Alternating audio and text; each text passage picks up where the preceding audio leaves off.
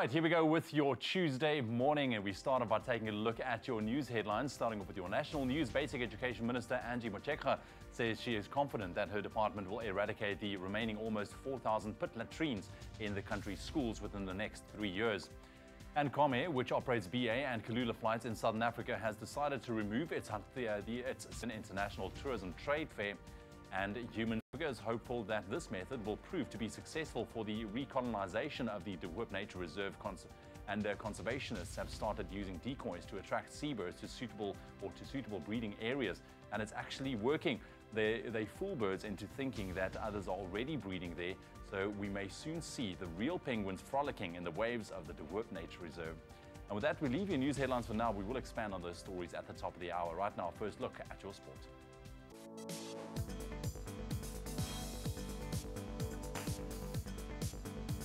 Quickly running you through your biggest sports stories this morning. Sports news, short football dominating, of course, our Tuesday headlines as we begin to close out the round of 16 of the UEFA Champions League. Manchester City take on a 3-2 lead into their second leg encounter against Schalke at the Etihad, while Juventus host Atletico Madrid. Their hopes hanging on Cristiano Ronaldo pulling off another sensational comeback of the Italians' trail as the Italians trail 2-0. And ending months of speculation, Zinedine Zidane has been reappointed as Real Madrid's head coach. The French boss, who won 3 successive Champions League titles with Los Blancos, has returned to the Santiago Bernabeu dugout on a deal trying him on the club until 2022. The promise of a €300 million overhaul and targets like Neymar and Kylian Mbappe reportedly part of what lured him back to the post. And locally, Sundowns have an opportunity to go back to the top of the PSL standings tonight away against Maritzburg United. On the national radar, Sundowns defender Rivaldo Kutsia and Sparta Rotterdam striker Lars have been included in Stuart Baxter's 24-man Bafana squad to play Libya in their crucial Africa Cup of Nations qualifier in Tunisia on the 24th of March. We'll expand on those stories at the top of the hour as well. Right now, here's a first look at your weather. Thank you, Ewan. Well, before we get into your weather, let's take a quick look at those beautiful sunrise photos that's been coming through. We received one from Kate Lynn, who is in Belito. Now, today, Kate, you can expect some cloudy and, in fact, humid and partly sunny conditions with a light breeze reaching a maximum of 27 degrees Celsius.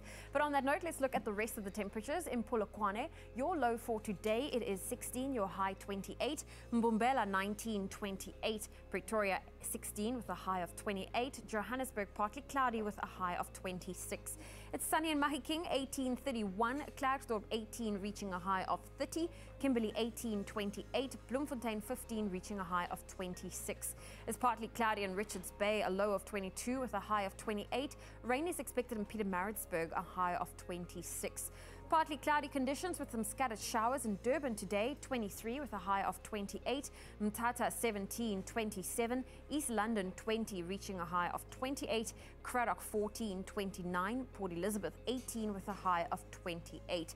It's partly cloudy in George, 16 with a high of 25.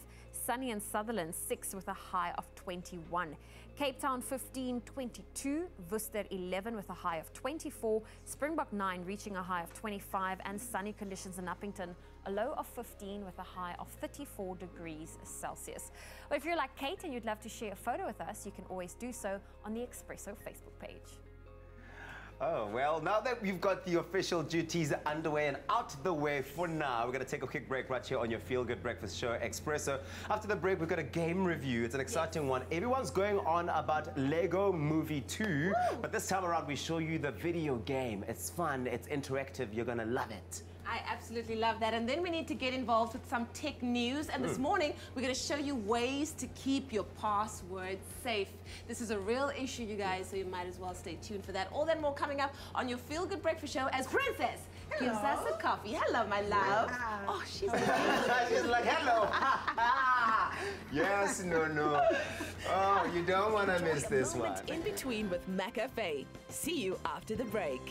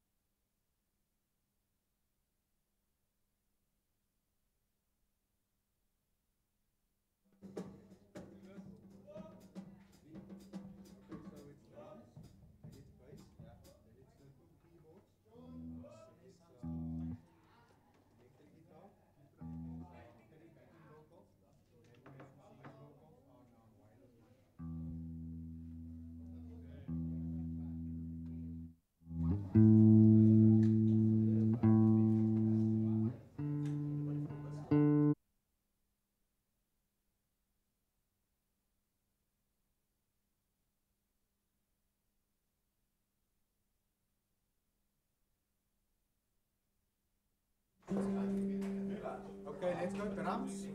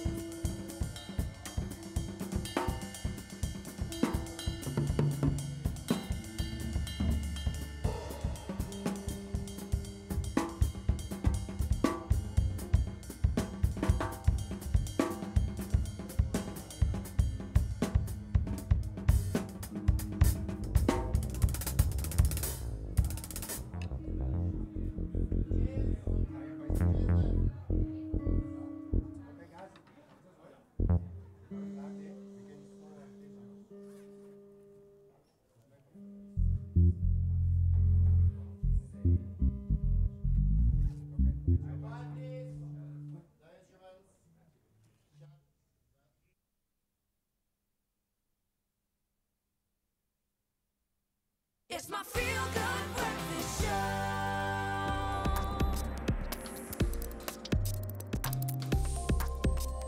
Welcome back. You're tuning into your Feel Good Breakfast Show, Expresso, right here on SABC3. Your Tuesday morning is now officially underway, and I hope you're feeling good. In fact, it is so good to be hanging out with you. Thank you very much for tuning in. Now, some tech news. Yesterday morning on social media, we asked you the question, how often do you actually change your passwords? Now, the response was overwhelming, and there were many kind of mixed opinions on the topic. So this morning, we thought that we focus on passwords and whether or not you really need to update them regularly.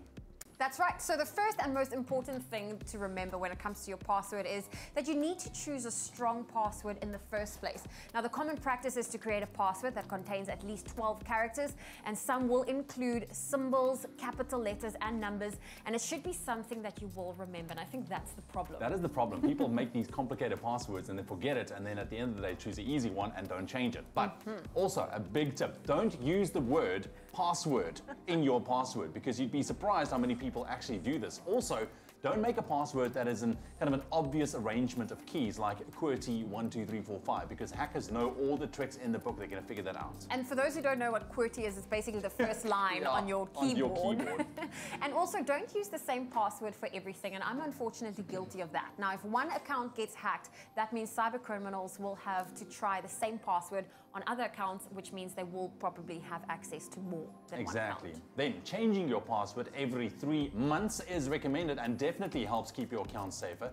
I mean, it's only a small amount of effort, so why not? Just make sure that you don't make a lazy password choice and keep track of your changes so that you don't forget them. I think that's also what, it comes back to the same thing all the time. It does. So you have to be careful, and changing your password regularly, it really isn't, I mean, it is a good thing, and studies have shown that for some people, changing your password often can lead to poor password choices, like, for example, password Jan, password Feb, password March. That's an absolute no-no. But in university, we always had to change our password, I think, every 6 weeks or so.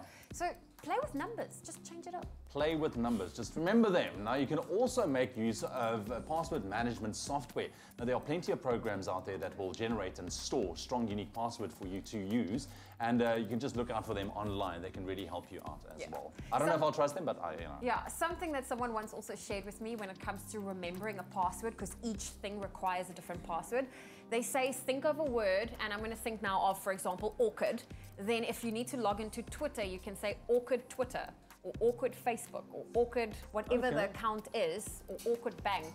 Okay, and then Choose add a number or a symbol. And then whatever platform you need to log in, that's also included in your password. Okay, I thought that was clever. Well, you can let us know what you think about those tips, and also continue that conversation with regards to passwords and how important that is for you to change it every 3 months or every so often. You can let us know, #Expresso Show on our social media feeds. That's your tech news for this morning. Ah, man, thank you so much, Ewan and Zoe. Now, the Lego-themed action-adventure video game is all the craze right now. Everyone is going on about it. They can't stop themselves. And I can tell you why. There's so much going on there because the alien monster invaders, they've left Bricksburg in ruins. Now, Emmett has to gather his troops and go beyond their world to try and save their world. It's a mess, and this is why it's a mess. Ewan, Vuga Malala Njalo, go fix yourself that side. Welcome to your gaming on your Feel Good Breakfast Show this morning. Gareth Woods in the saddle, bringing us yet another Lego game to focus on. I love the Lego games, man. They just keep coming out. And you're spoiled for choice. There are quite a few out now. I know, there's a lot out, but this one particular, Lego the movie, number 2. Yeah, it's a bit hard to pronounce sometimes. So it's Lego the movie 2 the game. Yeah. The game. Yeah. Okay, yeah. Well, we got it. We have Lego movie 2 the game with us. Cool, dude. So what's this guy about? Yeah, so I mean, like obviously the Lego movie, the second one has just come out. And so this is the kind of tie-in to that movie. Obviously the characters we've grown to love, like Emmett, and you've got Lego Batman and the likes. They're all here in the universe. In fact, we can change between the two characters. We've unlocked Lucy and Emmett at this stage. And yeah, it follows the loose premise of the story without too many spoilers, but I suppose to enhance your viewing pleasure if you've watched it already. And then with the stuff we've come to enjoy from Lego games. So you collect pieces and then you go and you build things. So let's see what we can build here. We've got a whole bunch of things. Let's build this guy. They construct this little thing and away and he it's goes. Become a little companion robot so I've got my little companion dude here. But you solve different problems. You've got these binoculars, which are quite cool. You can then scan certain things to add them to your kind of repertoire of things that you see. I can scan this. Now I can build whatever that was. I didn't see a junk pile. And I can build this pile of tires now. And so it adds to all the things that you can build to be able to solve problems then. But essentially you are going about your day trying to follow the story of the movie, essentially. Okay, cool, man. But you know what? With every Lego movie, especially given that there's so much out there on the market already, we're always looking for something new, something fresh. What's particularly different in this one? There's not a heck of a lot that's changed from the normal formula. I mean, I suppose the one thing is obviously the premise is that of the movie. Yeah. But it's pretty much what we've come to love from the other Lego games in terms of problem solving, be able to play couch co-op with a friend or family member. I think that's always been one of the things people like most about the Lego games is it's pretty easy to pick up. They're unintrusive, kind of not difficult to start, and you can kind of play them with your kids quite easily. Okay, well, I love that, man. So essentially, once again, if you take a look at the specific target market for this particular game, the Lego Front, who's it really appealing to? Yeah, I mean, like with most Lego games, it's targeted at a slightly younger audience, someone who either is not a gamer or is kind of new to gaming because of how, I suppose, easy they are to get into. Yeah. But that being said, it's still enough fun that it's not like a traditional or hardcore gamer is going to get bored.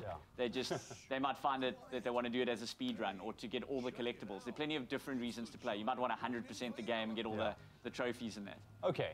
So for you personally, I mean, what's the standout thing for you? I mean, what do you enjoy most about not only I think the Lego franchise, but I mean this particular one that you got going here? I mean, I love Lego games just for me, it's a way to clutch out and play something a little bit more casual that I'm not worried about dying or like having to do something incredibly difficult or whatever. So it's great in that sense. And also they're just fun. The humor is always great, and the fact that they tied into the movie where, I mean, I think we all can agree that the writing on the previous movie, I haven't watched the latest one, the writing's just superb. And the humor really does shine through. But that's, I think, the standout quality of all these Lego kind of franchises. The writing going in there, the kind of the way the characters interact with each other, how they talk, their different personas as well, I think is brilliant. All right, cool, man. Lego the Movie 2, the game.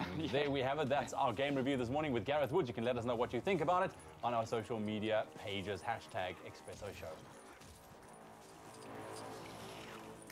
Well, we're back in our W Beauty room with none other than Alistair Isabel in the house and the beautiful Sasha Lee Davids. And we're going to be talking about all things music a la carte. Good morning, darling. So good to have you guys on the show. I love that we're all kind of corresponding. Alistair, your top has got black and sparkles like my shoes. Black and sparkles. Black and sparkles. And then, of course, Sasha Lee is just all in black. So I think we're all kind of, we're sorted. We're flowing with one another today. Well, still to come on your Feel Good Breakfast Show, we're going to chat with these two and find out a little bit more about music a la carte that's hitting not only Cape Town, but the country by storm. And then we're going to get into more conversations around gender equality. It's definitely taking center stage. All that and more happening on your Feel Good Breakfast Show.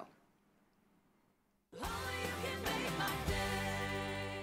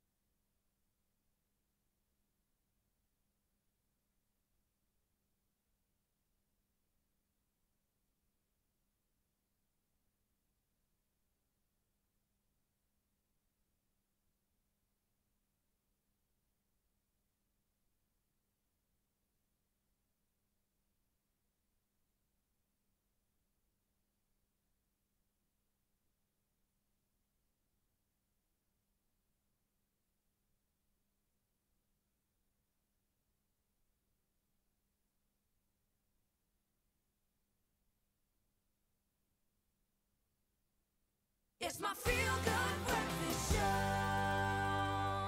Welcome back to your Feel Good Breakfast Show. It's Expresso right here on SABC3. Time for us to talk about one of Cape Town's most successful concert series. It's called Music A La Carte, and it's back in 2019. Now in its 6th year, we're talking to the man behind this incredible production, Alistair Isabel, joined by the incredible Sasha Lee Davids. Good morning. Let's give them a hand, you guys.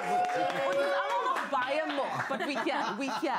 Alistair, this show is absolutely incredible. I'm so glad that it's back. It's 6 years old now. Yes. What do you think it is about Music A La Carte that just makes it so successful? I think people want to embrace and belong to Adam, the late Zayn Adam, for not being recognized. And I used to get very angry when these amazing artists used to pass on with no money and all those kind of things. And my point was that they'd contributed so much, and when they one of those things where people wanted to be part of it, where they wanted to not only acknowledge their counterparts and their colleagues, but also embrace their own catalogue of music, which is lekker, and it's South African music. And I wanted to also introduce an international artist over the years so that we can get this kind of cross-pollination of music, and also music that lived in South Africa, that is celebrated here, that we omhelst en wat ons nou regtig vier, en dan ook die kunstenaars wat ons oorsee vat en laat hulle daar werk. Wow, that's so exciting. Now, let's talk about the lineup for this year, because already on our screen, I'm seeing an incredible group that we've all grown up with. We love their music. Tell us who's on the bill.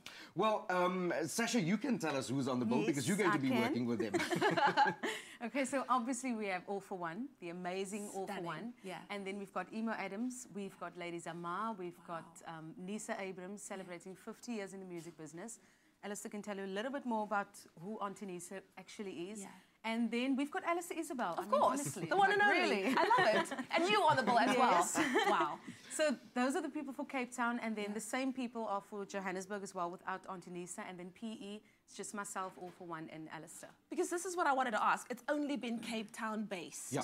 Why the decision to make it available countrywide? You know what, I've been very blessed to be able to only work in Cape Town for many, many years. En die mense blyf my vra, wanneer bring jy goed na Johannesburg toe of PE toe, etc. And it's very nerve-wracking because it's a massive, massive scale project, and it costs a lot of money, etc., etc.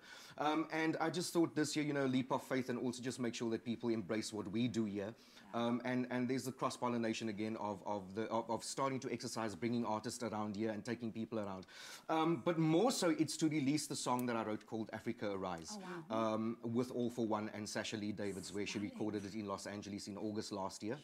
So I'm very excited about that a Grammy Award-winning group that we've all loved and fallen in love with their music and fallen in love on their music. And then they get to do a song of mine, and Sasha Lee Davids gets to record it with them. But she's had a relationship with them for the last 10 years. So it was a natural fit. And so we're doing it countrywide. Well, PE on the 24th of March and 23rd of March, Carnival City, Johannesburg, and Cape Town, the 30th of March. So what can concert goers expect from this? I mean, you've already given us a taste of who's going to be on the bill, but what do you think people are going to get out of the experience? It's a groot job, man. It's a job, because I believe we're there to serve the audience. We're there to make sure that they have a good time. It's an experience rather than a show. And also, again, you know, 25 years of beautiful music by the Grammy Award-winning All For One. There's this brand new song collaboration by Sasha Lee Davids and All For One with my song. There is Auntie Nisa, who's celebrating 50 years. She was the Shirley Bassey of South Africa for decades. She's known as that. As jy oor toe maak en Auntie Nisa sing, en glo jy Shirley sit langs aan jou. And then Lady Zamar, she's got the most played song in the history of South African music discography. And Emo Adams, I mean, what can you say about this incredible, incredible talent that we possess in this country? So it's really lekker. So now that you've whet our taste buds, where can we get tickets to this incredible show? CompuTicket is the place that you get your tickets. It is between 200 and 300 Rand. It is Johannesburg Carnival City, the 23rd of March. And the 24th of March is PE Boardwalk International Convention Centre, Grand West Arena, 30th of March. CompuTicket, kry jou tickets in die naam van die Here. Gat jou uit en koop jou kaartjies. Het gaat 'n jollies, and they'll be celebrating music with Sasha Lee Davids, All For One, Nisa, Emo, Lady Zamar, myself, and Camila Lombard as the MD, and magnificent musicians. Oh my word, he sold it, ladies and gentlemen. Alistair Isabel, Sasha Lee Davids. Remember not to miss the 6th edition of Music A La Carte, happening all around the country. They're 6 years old, and it's definitely going from bigger to better, and it's going to be so exciting. Well, last week Friday, I hope you were watching. You will have seen that we were broadcasting live from the Sandton Convention Center out in Johannesburg, where Musa was there to bring us all the prep action taking place with the Motsepe Foundation getting ready for their Women's Unit annual International Women's Day Summit. That's right. And even though she was live on the show, she stayed there for the remainder of the day to bring you all of the important dialogue on gender equality.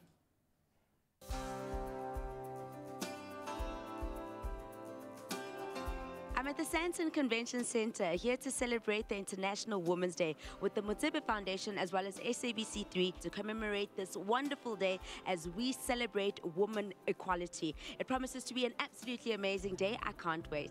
The UN General Assembly has invited its member states to commemorate every 8th of March as International Women's Day since 1977. And in SA, we have seen a real surge in the celebration of the Civil Awareness Day in recent years. We've seen the Women's Summit for 3 years now. How has it grown in the years and what are you hoping to achieve?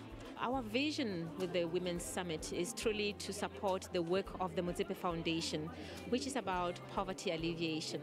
We know that if we want to improve the lot of people in South Africa or anywhere else in the world, the market, the target community to look out for is truly women, because they are the most impoverished in society. We're not saying that we exclude men, but we're saying we need to improve first, ensure that we can level the playing field and ensure that more women have political power, have economic power, and they also exist in social spaces where they are safe and have voice. The summit consists of keynote addresses, awards, calls to action, and entertainment and fashion shows, bringing a rounded day of thought leaders, industry professionals, and prolific activists to the fore to institute social change. Chief Justice, do you think there's enough awareness on a societal level to eradicate the gender inequality and all the challenges that we face thereof? No.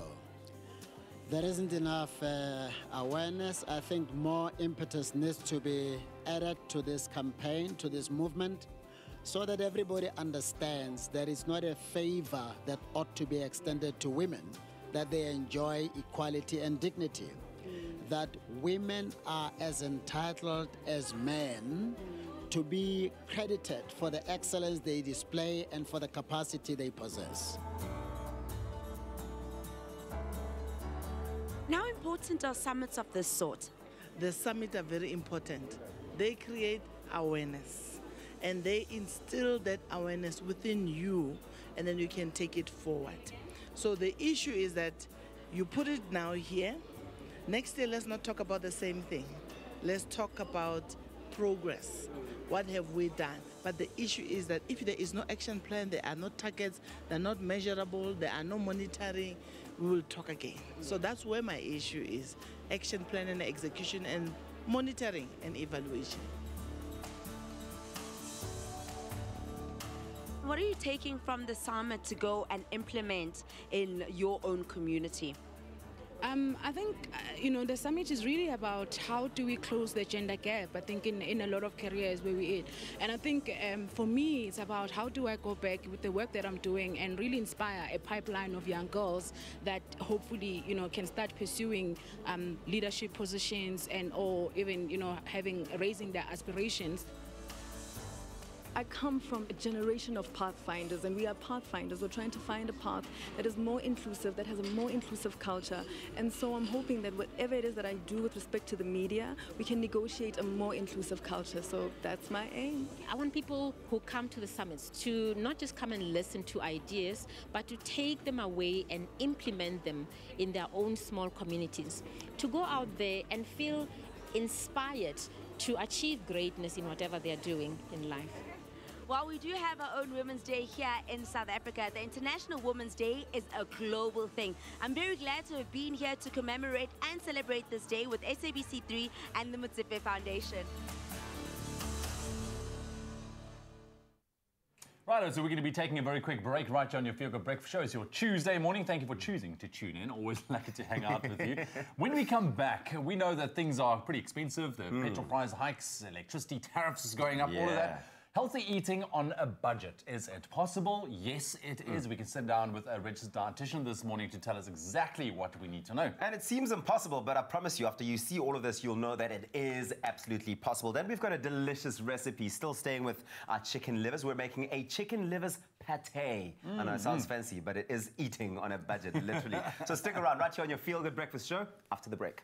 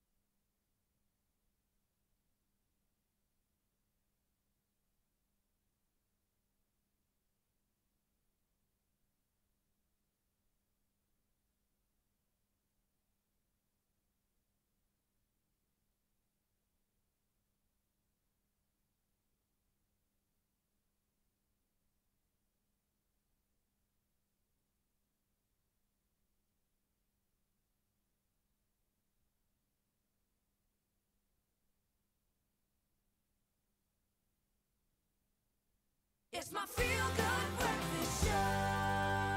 Well, welcome back to your feel-good breakfast show. Time for us to connect with you on social media. And before we head into the kitchen, we want to know from you, what's your favorite healthier, budget-friendly recipes? And a lot of people sharing some thoughts with us. I'm going to go through them. I have Michelle that says, I have to say the 2-ingredient banana pancakes. Oh, that sounds delicious. I also have Hazel say, nothing is cheap, nada, so I eat just what my taste buds dictate. We have one here from Meek Zibi who says, some good chicken breast and it must be well roasted. I'm loving the ideas coming through. Kamogelo says here, good morning everyone. It's my first time catching up on the show. Well, good morning to you, Kamogelo. We also have Mtombi here that says bread, eggs and grilled tomato. Macarabello also says boiled egg and avo. Well, those are some of the healthier, budget-friendly meal recipes that our viewers have shared with us. Well, feel free to do the same, and you can do so on the Expresso Facebook page. Thank you so much, Zoe. Right, so between petrol price hikes and the increase in the cost of electricity, we're literally feeling the punch. We have to tighten our belts just a little bit. But It doesn't mean that you can't maintain a healthy diet. So here with a bit of money-saving advice and some tips on how to eat healthy on a budget is dietitian Megan Pence-Claes. Good morning, Megan. Lucky to have you back. Thank you very much. Welcome. Well, I'm so happy that we're here and that we're debunking certain myths, because when I think about healthy eating, I think when a lot of people think about healthy eating, they think that it's more expensive. Right. Is that the case, or can healthy eating actually be incorporated into your daily lifestyle without breaking the bank? In actual fact, good question, because I think many people perceive healthy eating to be more expensive. But if you start making choices that are a little bit smarter and just a little bit healthier according to your budget, you're really going to start with a money-saving, basically, approach to healthy eating. So what is the simplest change that you can make to eat healthier on a budget? I mean, where do we start? Well, you know, most countries also start looking at fresh produce. And in South Africa, we really need to move towards more seasonal fruit and vegetables. Firstly, not only are we going to be supporting our local economy, but the actual in-season fruit and vegetables are firstly tastier. Yeah. Believe it or not, they're also more nutritious. And of course, they're cost-saving. Yeah. So this is really where we have to start looking. And very often, we're not doing that at this point in time. Now, meat is something that's also quite expensive. I mean, we can't get around that. How does one actually make it more, you know, cost-friendly, or not cheaper necessarily, but how do you work it into your lifestyle without, once again, being out of pocket? It's a tough one, because South Africans, we do enjoy our meat. Yeah. South Africans enjoy their meat for sure, and also the volume. So the one thing is to start by buying in bulk. That's definitely a cost saver. Also, you can go for cheaper options. And remember, if you're looking at things like stewing meat, or if you're looking at the entire chicken, when you actually purchase, you tend to get a cost benefit there as well. Yeah. And then when you're actually cooking, remember just to cut off to excess fat, etc. And then let's not forget, because we are such a meat-eating nation, we really should also start looking at alternatives like our legumes. Now, we don't always cook with them, so we're not too sure about that, but they actually are really simple to prepare and they're very tasty. So use those as alternatives. Maybe have 1 or 2 meatless meals per week, or a meatless Monday, as we like to consider it. And then, very importantly, you can also look at alternatives like an egg for supper, maybe an egg muffin or an omelette. That can move away a bit from your meat and also be a cost saver. Exactly. It really is going, you know, moving towards your thinking and how we used to think about things, you know, because for many, you know, eating an egg for dinner would be a big no-no. Like, but that's not dinner. But you know what? If it's healthy and you get the nutrients, then it's great. You know, we just have to get around and shift our focus just a little bit. But with regards to the shopping list, for the one that does the grocery shopping in the house, you mentioned it's all about those smarter choices. Yes. So what should it look like? What should we be looking for? So just a couple of things maybe to start everyone off, you know, looking at more healthy eating as well as on a budget, is start with a shopping list. It's, you know, otherwise you walk into... Stick to your shopping list. That's going to be saying that. Make it and stick to it. Otherwise we tend to buy things that are not on that list. Yeah. And you go in and buy that. The other very important point is to buy in bulk, to buy in season is another very important helpful tip in terms of your budget. And then also to share with friends. You know, very often there's special deals, there's vouchers you can look at, you can go to the local markets, you're supporting the economy, and of course sharing. And then when you come to your actual cooking, remember with cooking, if you're going to buy, you're buying in bulk, you can cook in bulk and rather put it into the freezer in smaller containers. You save time, you save electricity. So there again, that's a cost saver as well. And then you've also got food in your pantry. So things like your canola oil, it's a better, healthier oil. Choose that one. Use it obviously for things like stir fries, etc. So healthy cooking is important. Your mayonnaises, your rice, everything that goes into the pantry, prepare that and keep that in bulk as well. And those are great cost savers, together with, of course, when it comes to your cooking of your meal. At the end of the day, if that's in bulk, you definitely are going to benefit in cutting costs. And I also find that when you pre-plan your meals for the next day, you save so much more, because if you're going to go to your local store and buy a salad, it's going to be the cost of, you know, an arm and a leg. So exactly. We also spoke about the fact is don't be afraid to kind of repeat meal options, because I think it also cost comes into play when there's variety in the mix as well. He's saying this because he eats broccoli and chicken every single day of the week and twice on Sundays. But it's true. It's true. I think we just need to get around that as well. Absolutely. And you know what? With your meals and everything like that, if you're like going to have chicken a couple of days in a row, that's absolutely fine. And every day, maybe just add a different veggie, or veggies today, tomorrow salads, you know. I do. What do you... I do. I don't believe you, but it's all good. That's why you look the way you look. Show your muscles. Thank you. Yes. Thank you. It's there. It's there. Thank you so much, Thanks, Megan. Megan. You've definitely helped us a lot with regards to believing and knowing that eating healthy does not necessarily have to be an expensive thing. Not at all. Wonderful. Fantastic. Very nice. Very nice. I hope that we've convinced you that when you plan ahead and make better choices, eating healthy on a budget is absolutely achievable. We want to say thank you to Megan for being here and, of course, debunking all of those crazy myths. Did you learn something? Did you learn something? Yes. Okay, good. Well, I tell you what, if you want to be eating healthy, you want to be eating well, but you want to be eating so good on a budget, then we've got the key for you. Chicken livers. How about that? Yes, don't waste that chicken. The chicken livers are a great source of vitamin A, which is great for people who are anemic and perhaps suffer from iron deficiency. Very healthy, very good for you. That's why we have food blogger and recipe imaginer here, if you will. Teresa Ulrich, who's here to show us how to make this chicken liver pate. Yes, and it's very fancy. So easy, very fancy, yes. All right, Shall we so start? what do we need for this, Teresa? So we're going to start off with some butter. Okay, so the butter goes into the pan. Into the pan, we're going to melt that. And by this time at home, have you already bought your chicken livers? You've washed them? Washed them, and you can see these ones are nice and shiny, which means that they're good to go. Yes. If they're brown and dull, then they're not so good. Rather not. These ones look great. Okay. So after the butter, because more butter, more better for the flavor, you're going to add some onion. Tell me, it is very important that you do wash them, right? Yes. Sometimes the ones you buy in the supermarket are already washed, but just give them a check, rinse them. If they have any sinew or anything, you can trim that off. Excellent. But if they look like that, that's perfect. What did you add in there? So I've added some sage for flavor. Okay. And some onion. All right. And you're going to saute this for about 4 or 5 minutes. So the onion gets lovely and soft. Fantastic. Do you eat much chicken liver at home? Occasionally. Yeah? I love pate. I remember my parents used to make it when I was young. So we used to eat it quite a lot. So it's quite a nostalgic meal. Yeah. And I think it gets overlooked quite a lot. Yes. You know, I think it's, as you said, a good source of vitamin A and iron and affordable. And we should probably eat it more. Absolutely. Back at home, we didn't quite make it as fancy as this. It was more in a saucy, stewy kind of preparation. And then you'd have just a hot serving of pap. And then on top, just sebete, as we call it. Sebete, just on top there. And then you just get in there with the hand. Just go for it. Delish, all the time. All right, so you saute that for a couple of minutes. I'm going to jump ahead.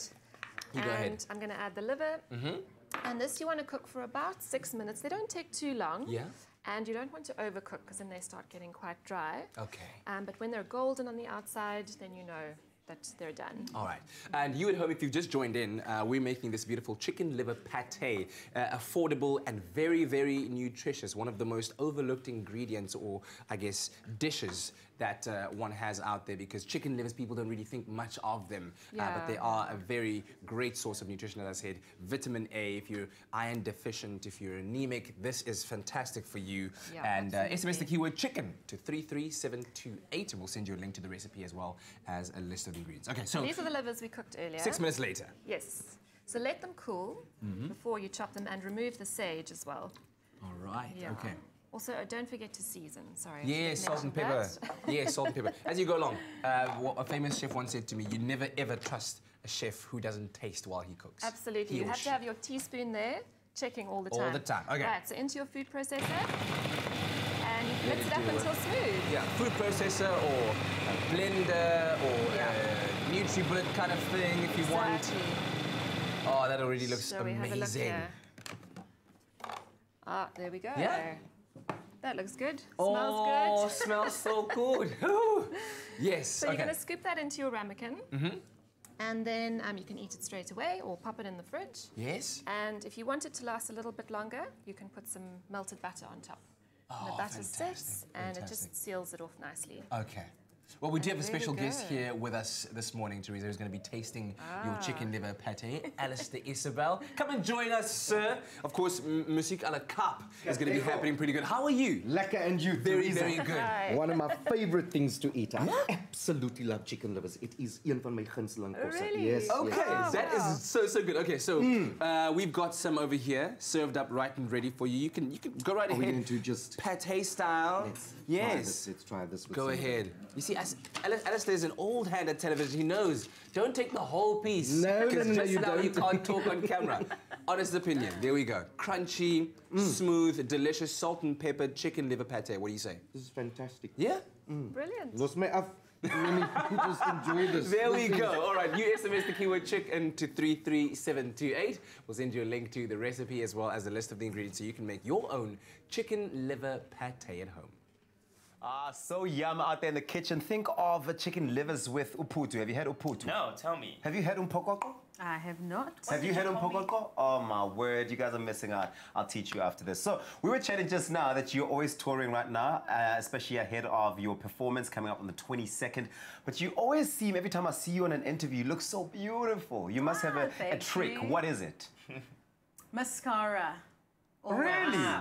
Always. When I'm tired, slap it on. You see it opens up the face. Well, it opens up mine. Yeah? And then I'm good. I feel okay to look at somebody and actually chat normally. Oh, wow. That's what a woman needs, I think. Is Yes. like a good mascara and a good liner. Yeah. As well as a boy. Okay, well, are you going to be getting yourself some mascara? Okay. No, but this is my absolute... Do you use a brow brush? I do. Are you living for a brow brush? I love it. This is the elixir of life. Okay, so all a woman needs is this brush and a mascara in their handbag all the time. Well, that's quite interesting. Well, you get your touch-ups. That's happening after the break. A performance coming through. Sasha Lee Davis, she's going to perform its Tuesday Tunes on Expresso. And then we're going to be shining the spotlight on glaucoma. It's World Glaucoma Week. Dr. Darren Green is here. 021-430-9881. Weigh in on the conversation after the break. What else do you need, actually?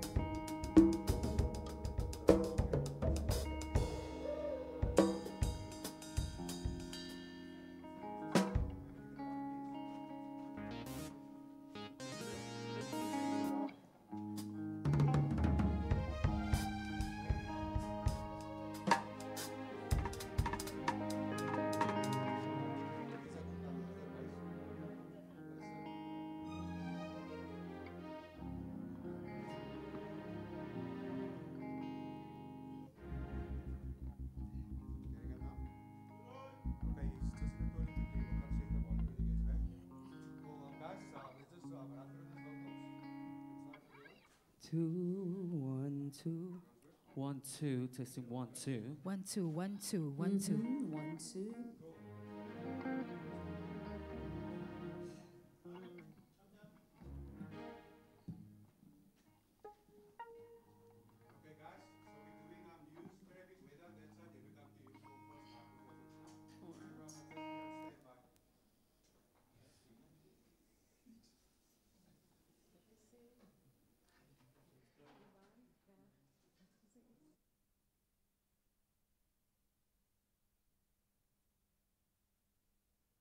It's my feel-good breakfast show. Well, welcome back to your feel-good breakfast show. Don't go anywhere because when we get back, well, after the news and all the formalities, we have that performance from Music A La Carte, Sasha Lee Davis joining us in studio. But for now, let's catch up with those headlines. Here's Leanne. Thank you so much, Zoe. In your national news this morning, Basic Education Minister Angie Motshekga says she's confident that her department will eradicate the remaining almost 4,000 pit latrines in the country's schools within the next 3 years. To date, 787 schools have been provided with appropriate sanitation facilities, with construction at 841 schools, either in the planning, design or building phases. Last year, President Cyril Ramaphosa launched the Sanitation Appropriate for Education initiative in an attempt to rid schools of pit latrines. Comair, which operates BA and Kulula flights in Southern Africa, has decided to remove its 737 MAX from its flight schedule. The plane was in service for British Airways flights between Cape Town, Johannesburg and Durban.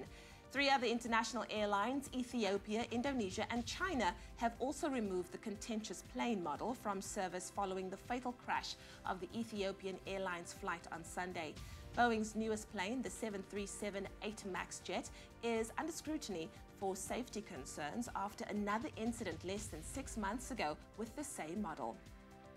Now moving further abroad, Namibia has been awarded the Best Destination Safari and Wildlife of the Pacific Area's Travel Writers Association Award at the Berlin International Tourism Trade Fair. At this, the world's largest tourism trade fair, Namibia's Environment and Tourism Minister Pohamba Shifeta bagged the award Tourism Minister of the Year Emerging Destination. The minister said the awards to Namibia could not have come at a better time than the present, when they are battling to control poaching of their rhinos and elephants. Humans will always make the final decision on whether killer armed robots can shoot, the U.S. Department of Defense has said. The statement comes as plans emerge for gun platforms that can choose their own targets on the battlefield. The plans seek to upgrade existing aiming systems using developments in machine intelligence. The US said humans would retain the power to veto killer armed robots and their actions. It said it remained committed to the rules which require a human finger on every trigger. And then finally, Piet Huber, a resident of Centurion in Gauteng, is an extremely proud man. He's just walked off with 10,000 Rand and the award for the biggest pumpkin in South Africa at the 57th Annual Walkerville Agricultural Show. The pumpkin weighs a whopping 613 kilograms. He started growing it in October last year in his greenhouse. It was 6 months of hard graft for Piet, spending hours making sure that it had correct fertilizers, sunlight and temperature. In December, he even spent up to 5 hours a day with the pumpkin, and he adds, sighing, "It's really a stack of work that goes into growing a pumpkin of this size." Piet says the gigantic pumpkin would be donated to the underprivileged. I'm sure it's going to make one massive pumpkin pie. Well, that was your 7 o'clock news update. Here's a look at what's happening in the world of sport with Kat.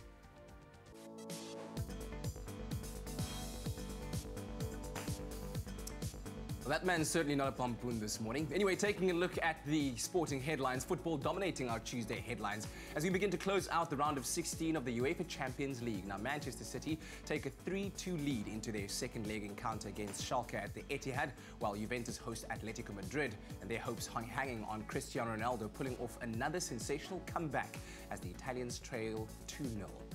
Now, ending off months of speculation, Zinedine Zidane has been reappointed as Real Madrid's head coach. The French boss, who won 3 successive Champions League titles with Los Blancos, has returned to the Santiago Bernabeu dugout on a deal tying him to the club until 2022, the promise of a £300 million overhaul in targets like Neymar and Kylian Mbappe reportedly part of what lured him back to the post. And finally, locally, Sundowns have an opportunity to go back to the top of the PSL standings tonight, away against Maritzburg United. On the national radar, Sundowns defender Rivaldo Coetzee and Sparta Rotterdam striker Lars van Veldwijk have been included in Stuart Baxter's 24-man Bafana squad to play Libya in their crucial Africa Cup of Nations qualifier in Tunisia on the 24th of May. And that's a roundup of the major sporting headlines.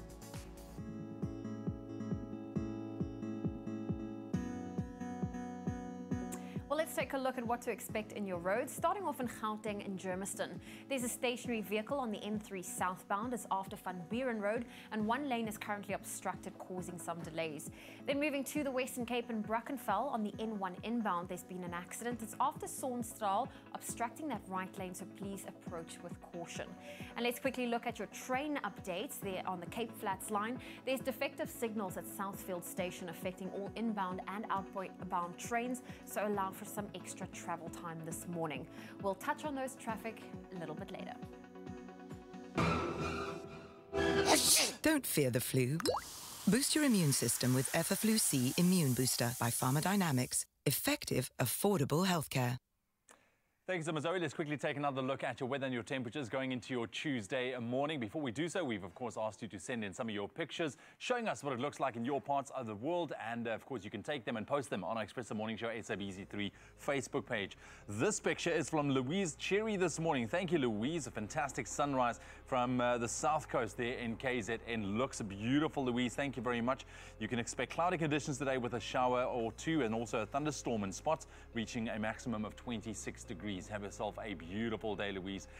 Keep sending in those photos. We're looking forward to seeing more of them and sharing them right here on your Feel Good Breakfast Show. Your temperatures, though, going into your Tuesday for the rest of the country. Polokwane starting off on 16 minimum, reaching a high of 28 degrees. Mbombela 19-28 with some scattered showers expected. Pretoria 16-28. Johannesburg 14-26. Mahikeng 18-31. Klerksdorp 18-30. Kimberley 18 minimum with a maximum 28 degrees. Bloemfontein 15-26 and some thunder showers forecast in the area. Richards Bay 22 reaching a high of 28. Pietermaritzburg, some rain expected throughout the course of your Tuesday, starting off on a minimum of 18 reaching a maximum of 26. Durban 23 and your maximum 28 with scattered showers. Mthatha can expect some thunder showers today with a minimum of 17 reaching a high of 27. East London 20-28. Cradock 14 with a maximum 29 degrees. Port Elizabeth 18-28, George 16-25, Sutherland starting off on 6 minimum, reaching a maximum of 21 degrees, Cape Town 15-22 with some scattered showers expected, Worcester 11-24, Springbok 9-25, and Uppington starting off on 15 and a very hot maximum of 34 degrees. That's a wrap of your weather and your temperatures for the 7 o'clock bulletin. We'll be back in a half an hour's time with another update. Happy birthday, a very happy birthday to you. Well, you know when you hear that tune what time it is. It's time to wish some really special viewers a very happy birthday. So let's dive right in and see who is celebrating this special day today. Absolutely. So many people celebrating their birthdays, but we start with Jared Pillay. A very happy 9th birthday to Jarrell. May your last year in the single digits be one filled with love and blessings, with lots of love from your family. But that's not all. Second one is a happy 10th birthday to our daughter, Cherise. May God bless you and keep you for many more years. This is lots of love from Mum and Dad. How adorable. Well, we also have God's richest blessings to Poppy McKenzie, who is celebrating her first birthday today.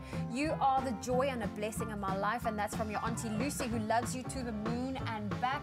Happy birthday, sweet Poppy. And then we also have Malachi, who is 2 years old today, and he has a message from his grandma Dot, who says, 2 years ago I met you for the first time, and every day after that you have been a true blessing. Happy birthday to a super cute little angel. Yes. We love you so much. Oh, man. That's so cute. I want one. Also, Shamima Hattas would like to wish her husband Rushdeen a very happy birthday today, and she hopes you have an awesome day and an even better year. And then also a very happy 30th birthday to Shantine Kibido. Stay as beautiful as you are with much love from your family. You know they say life begins at 30, right? Yes, they do, and they are not lying. I'm sure we are yet to find out, myself and Zoe. But here's a message from Brittany and Chloe. It says, happy 6th birthday to our baby brother, Azario. We love you lots. Happy birthday, Azario. And then, of course, happy 11th birthday to Raylene. Is it Raylene? Raylene Merely Lucas, who is celebrating their birthday today. It's an 11th birthday celebration. This is from your family. They say they hope that you get to celebrate many more years to come. And I feel like we need to apologize if Tabiso butchered your name. Yeah, I think sometimes the names show Tabiso flames, eh? Serious How would flames. you say it, lover? I would say Raylan Merrily Lucas. Yeah, There that's we what go. I said, the second time around. Okay, well, let's wish another few people a happy birthday, and this one is to their dad, Michael Thomas. They want to wish you a happy birthday. God bless you. And that, of course, is from Nolene and Tano, and your grandchildren, Angelo and Sky. So happy birthday, Michael. And then last but not least, we have a happy 8th birthday wish going out to Cody, and that's from Mommy, Daddy, sisters, and the rest of the Cody's family. got his swag on. Serious So swag. a very big happy birthday to everyone. Yeah. The birthday cake is already there. She's awaiting to be eaten. Tabiso, don't sit back, my love. We all know you want to be in there. But also, if you would like a shout out on your birthday, don't forget to give us an email to birthdays@cordova.tv, and we'll make sure to give you a young shout out as Tabiso eats the I cake. actually feel like that kid on Mrs. Trunchbull who gets forced to eat the Matilda. chocolate cake on Matilda. Matilda. You are like Shit. Mrs. Just do it. Trunchbull. Yeah, he ate it with his hands, Tabiso. Well, I won't do that. I respect the cake far too much. He was Far confident. too much. Just be confident. Okay, well, on that note, let's celebrate your very special day with a special cast who join us. The cast of Music A La Carte. Of course, the seriously sensational super concert is back again in 2019 with an all-star lineup, and one of them is here with us, Sasha Lee Davids, here to share her beautiful voice with you with a song called Forever Yours.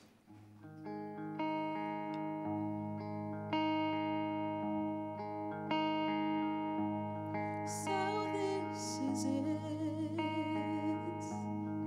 This is the day when I give my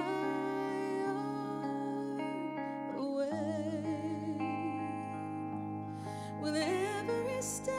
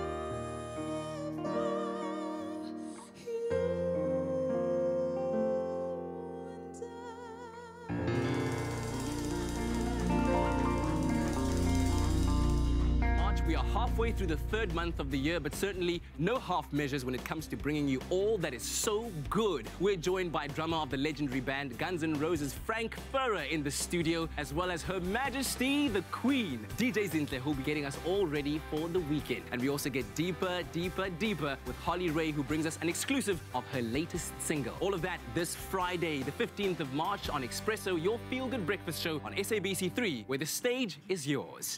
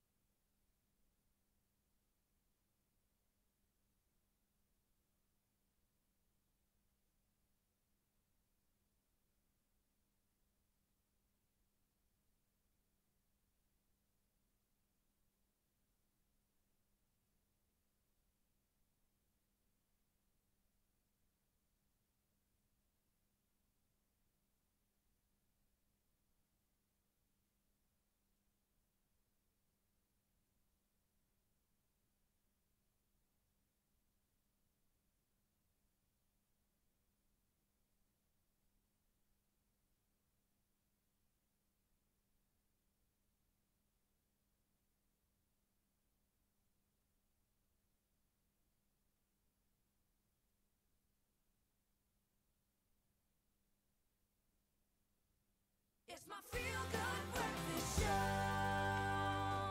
It is your feel-good breakfast show. It's a Tuesday morning, and it's so good to have you with us. Thanks for joining us. Now, according to the World Health Organization, glaucoma is the second highest cause of blindness after cataracts. It's also reported that while anyone has a 2.3% lifetime risk of developing glaucoma, those with a first-degree relative affected by the condition are 10 times more at risk. And here to help us unpack the symptoms during World Glaucoma Week and how glaucoma is diagnosed is, of course, our trusted medical professional, Dr. Darren Green. Signore, good to see you. It's very matching the, you know, the couch. Everything. It's working. So your vision is intact.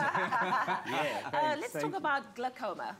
Well, my family says glaucoma. It's all good. All good, same difference. Good. Yes. What exactly is it? Yeah, so it's basically a condition, a group of conditions that can cause blindness. Mm-hmm. And that's why it deserves the attention it's getting this week. Yeah. And it comes about as a result of increased pressure in the eye.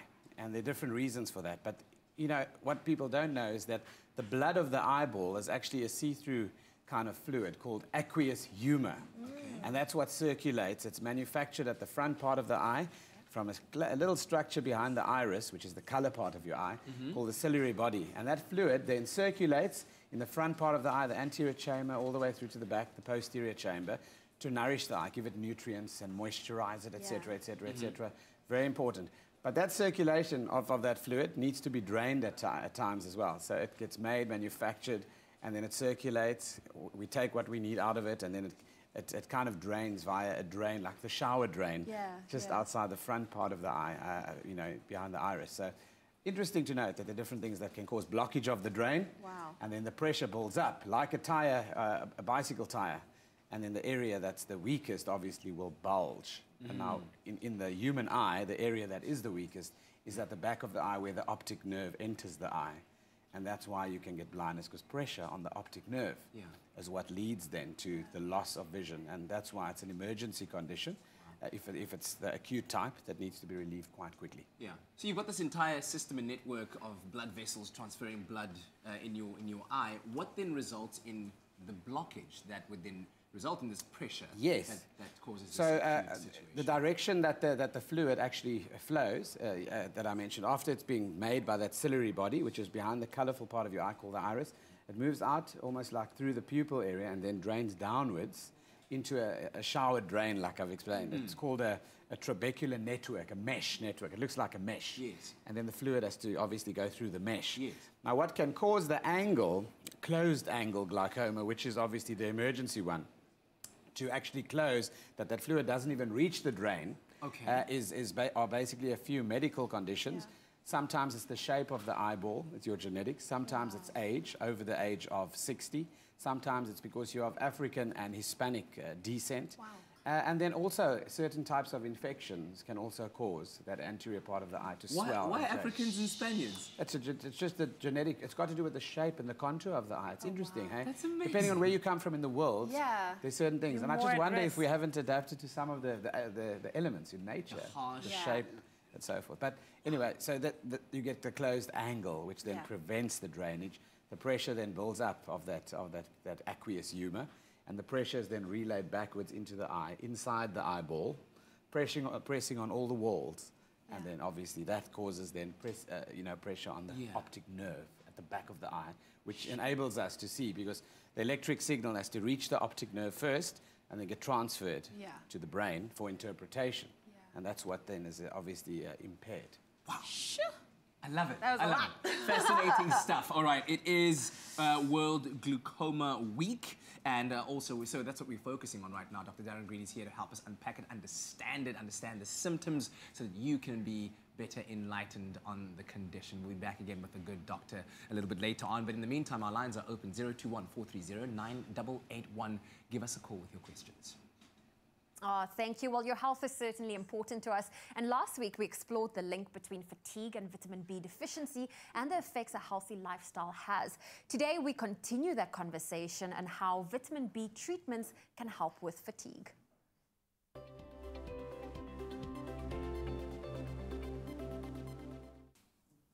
So we are continuing our discussion where we left off last week, focusing on vitamin B deficiency and whether you are listening to your body's signals. Back in studio is clinical pharmacist Professor Natalie Schleck to help us unpack this topic a little bit further.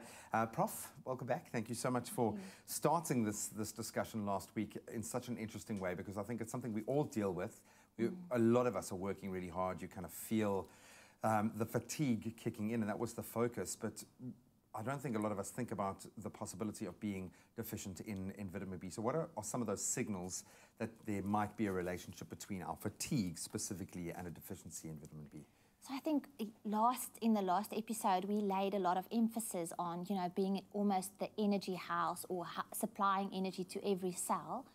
And I think one can also think about vitamin B1, B6, and B12 as a little triangle, whereas vitamin B1 looks at your overall general nerve health.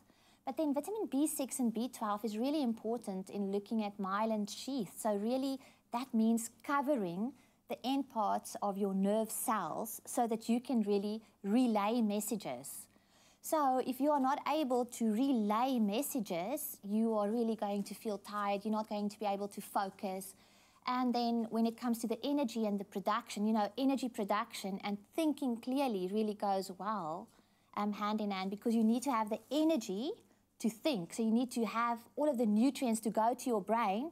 But even if the nutrients go to your brain and you don't have proper relaying of messages, you won't be able to use it. Body doesn't know it's got the energy. Yes, exactly. And mood is something that's popped up quite a bit. How does a vitamin B deficiency affect your mood? Okay, Why does it affect your mood? Yes, there's been a lot of research going into especially vitamin B12 and health, vitamin B6 and B12, because I just mentioned the myelin sheath, covering those nerve cells for transmission.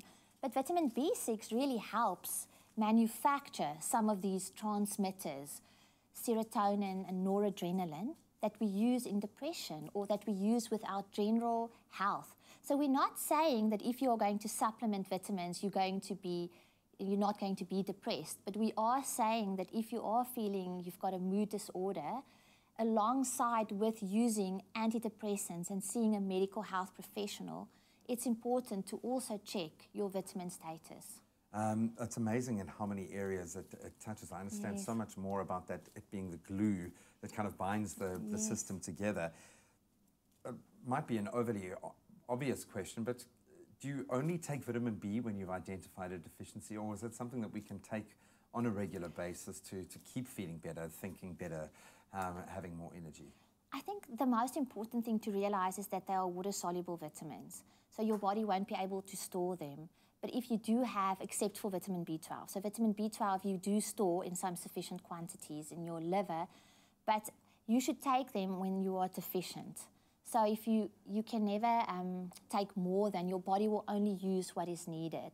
So it's important to identify where you are with your vitamin B levels. And if you're eating a healthy diet like the majority of us in this room and you are exercising, you should be fine. But if you've got an extra burden on your body, you're a super athlete, or you are, going to the Olympics, or you're taking chronic medicine, then, you might have to check it out. But you need to act according to what your levels are and do that with a healthcare professional. As you've got a whole crew, cameramen, all thinking about their diet now. Yes. They're thinking, and you've been painted with that brush. We all have healthy diets, guys. Thank you so much. It is so interesting to me to see this entire system and how one affects the other. Nothing kind of works individually, but hopefully this is, again, an opportunity for you to be able to think a bit more about your body, listening to those signals that you are getting on a daily basis. And as always, consult a professional if you are feeling any major shift. But just know that if you are feeling fatigued, if there are differences in your mood, that these are signals that there might be a vitamin B deficiency, and that's definitely something that you are in control of, something that you can do something about.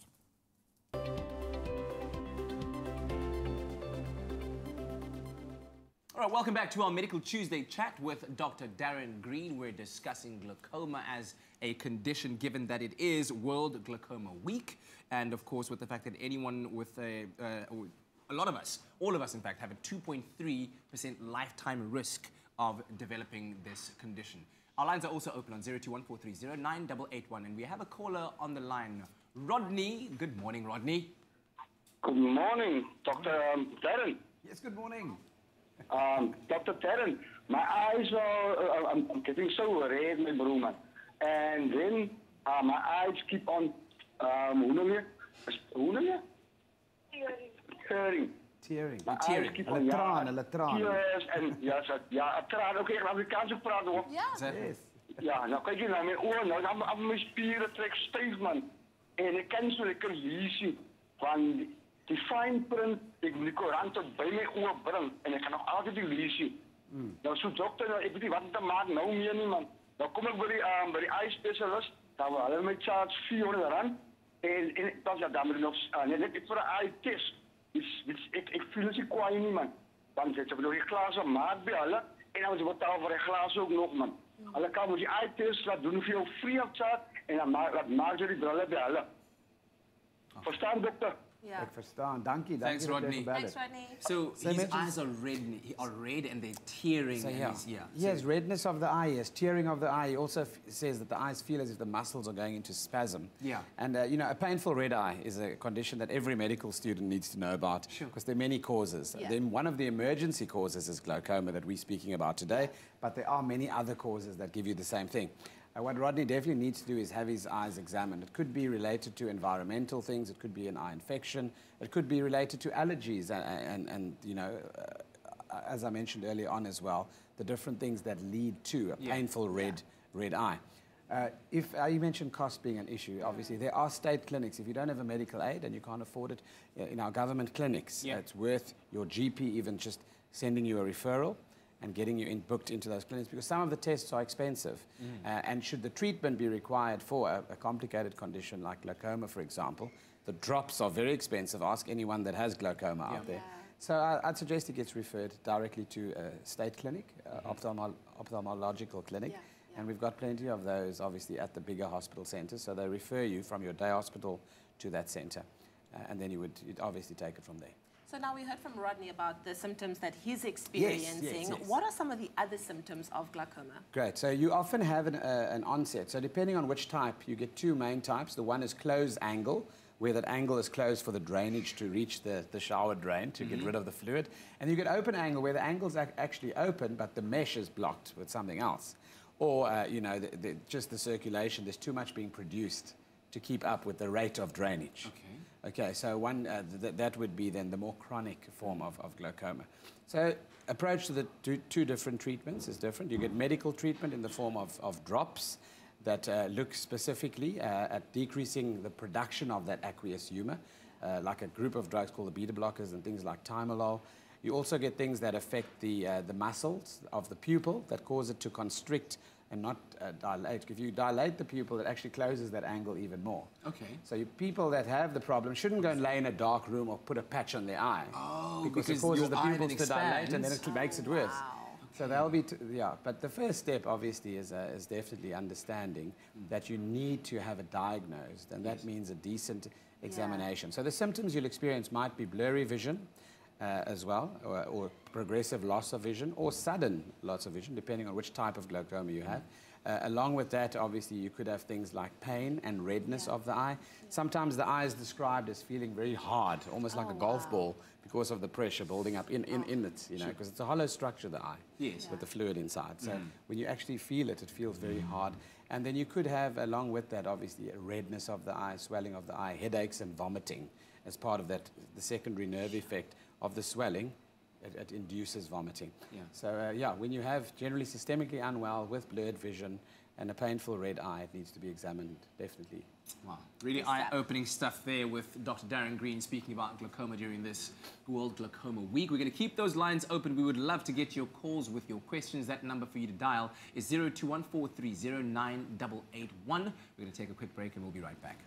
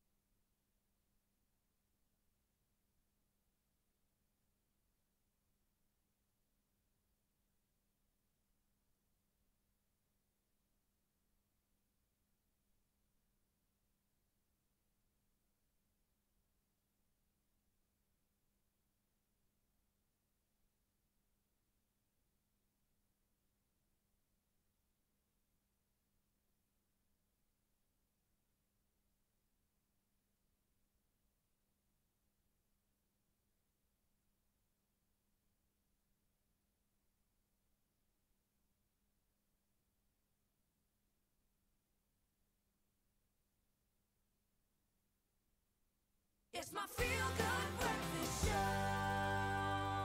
Welcome back to your Feel Good Breakfast Show. It's Expresso right here on SABC3. Of course, now in anticipation of World Glaucoma Week, we're chatting about glaucoma, we're talking about the risks, we're talking about the symptoms. If you do have a question or comment for Dr.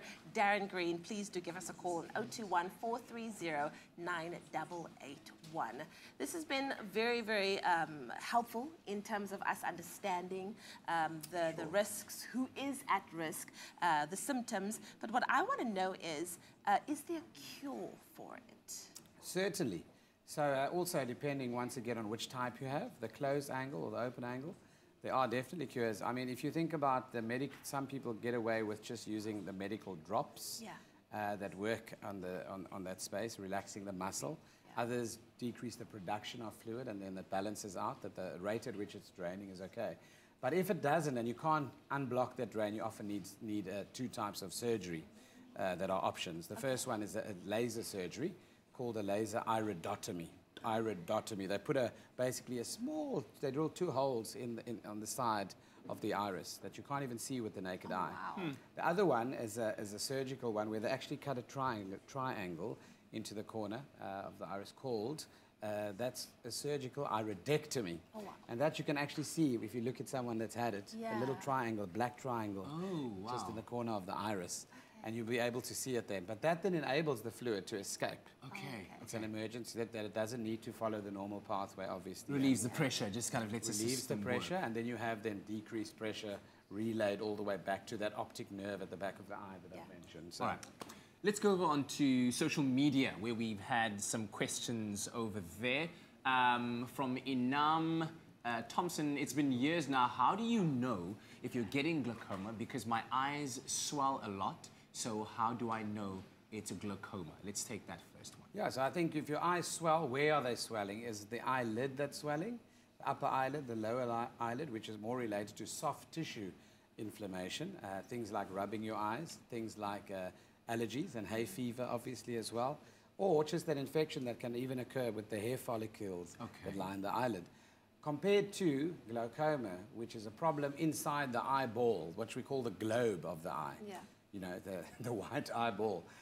And inside that, that's where the pressure is building up, obviously, and relaying onto the optic nerve. So that's the difference. Swelling around the eye, or the eye itself that feels heavy and hard from pressure within that's building up. Okay, we've got another one from Tsepo who says, my younger brother's eyes are always brown or reddish. Is that a sign of glaucoma? He's only 5 years old, and that worries us. So red eyes that are not complicated in children often are related to either allergies, once again, dust allergies, environment allergies, flowers, pollen, etc., or from someone rubbing their eyes quite often. If you rub your eyes a lot, you'll see that the blood vessels then flare up and you start having a lot of red eye. And then obviously if you strain a lot and do lots of work, concentrating and straining where you're focusing, the eyes work really, really hard at that. Can also make a massive difference. And then trauma, any bumps to the eye also increase blood supply to that area. Often people wake up with a bleeding spot on the white of the eye and then they freak out completely. That's called a subconjunctival hemorrhage. Calm down. It's often just a result of related to high blood pressure. Doesn't mean you're going to go blind. There's small blood vessels on the surface of the white of your eye that can basically hemorrhage or bleed out. You can have it if your vision is affected, then you have it checked out, and that's often something that's self-regulating. All right, so we're going to take a quick break from our conversation. We'll be back again with Dr. Darren Green to see what more we can understand about this glaucoma condition. We're going to keep our lines open, 0214309881.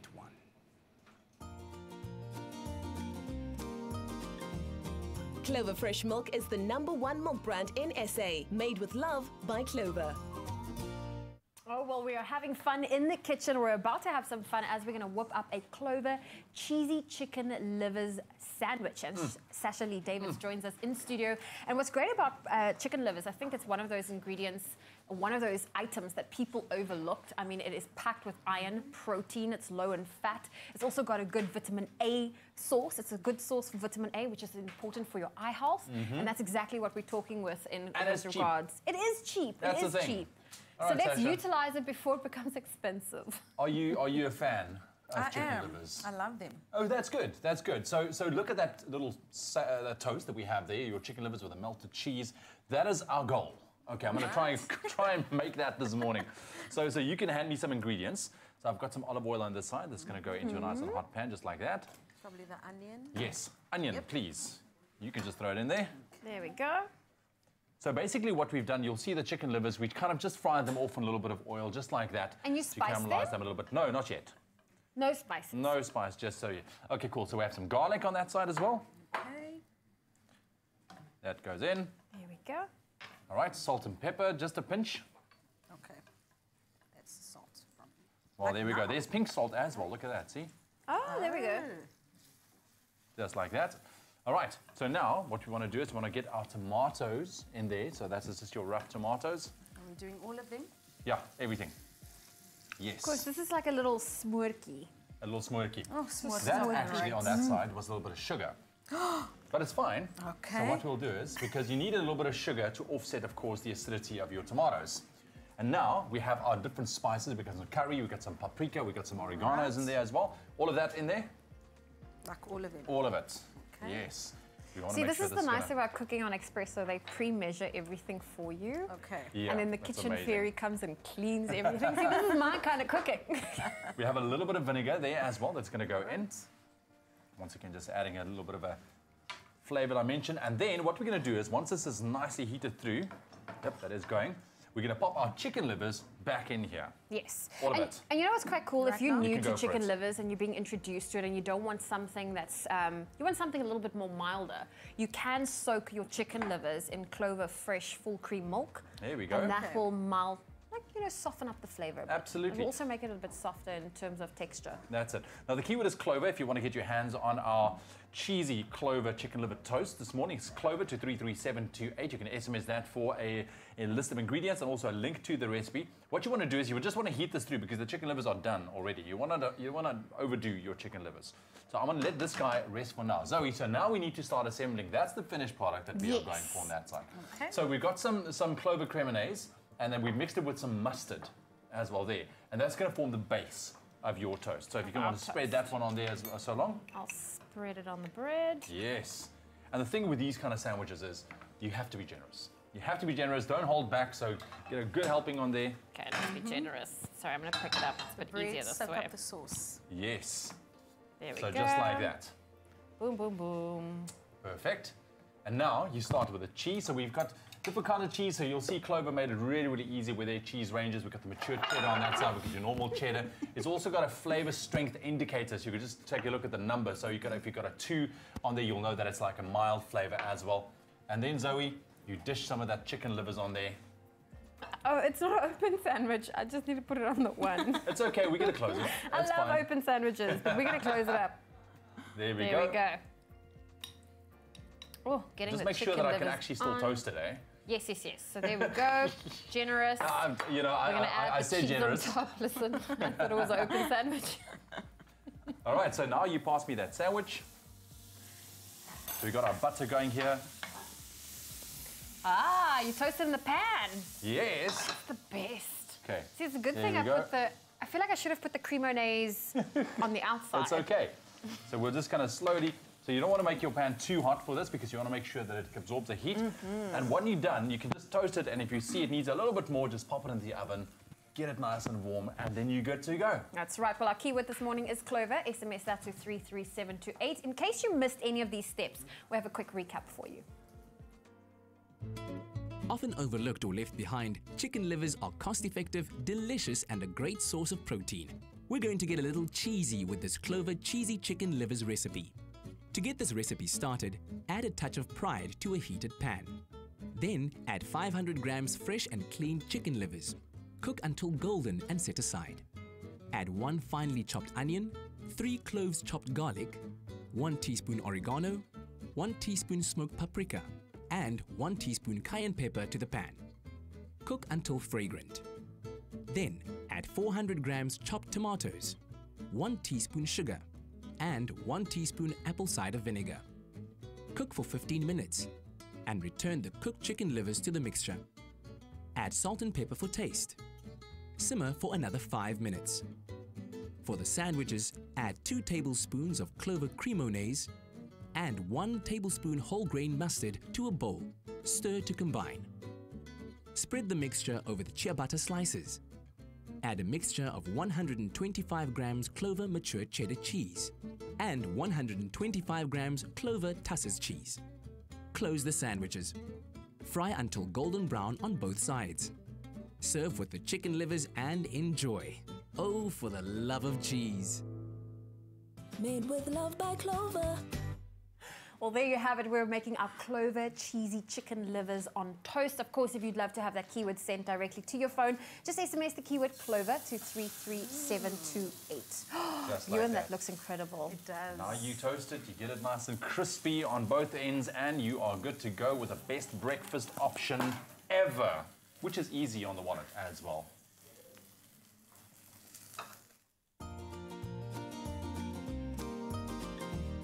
Clover Fresh Milk is the #1 milk brand in SA, made with love by Clover.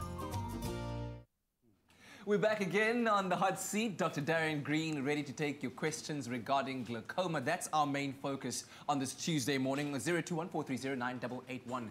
Give us a call. Just like Rosilio on the line right now. Good morning. Good morning. How are you? Very well. Thank you so much for calling in. What's your question? Okay, my question is, my mom, she has a glaucoma. But we did manage to take it out, the glaucoma. Now the problem is the pressure. Yes. So I don't know if we can, there's something we can take it out, that pressure. There's a cure to take it out, that pressure. Thanks so much, Rogelio, for that. And I guess this also leads to one of our questions of how do you help someone suffering from glaucoma to have a better life experience? Yes, of course. So, firstly, what's important for people to know is not everyone that has glaucoma goes blind. So glaucoma is a manageable condition if you diagnose it early and put people on treatment early and have regular follow-ups. You don't have to go blind. There are a very small amount for which obviously nothing can be done in terms of medical treatment, where then you'd progress to those surgical options I've already mentioned. For this case, she describes waiting for possibly the surgical option. What can they do now? The pressure's up, there's still symptoms, etc. I think what's important is to tell the doctor that's managing you that it's not working or you're not doing well at the moment. They can look at your medication, look at the dosing of your medication, because the drops that you use, from decreasing the production of the aqueous humor with your timolol and your beta blockers, all the way through to acetylazimide and things like mannitol, which is a diuretic that you can inject in the veins to decrease pressure and production. All those options can be considered, as well as steroid drops.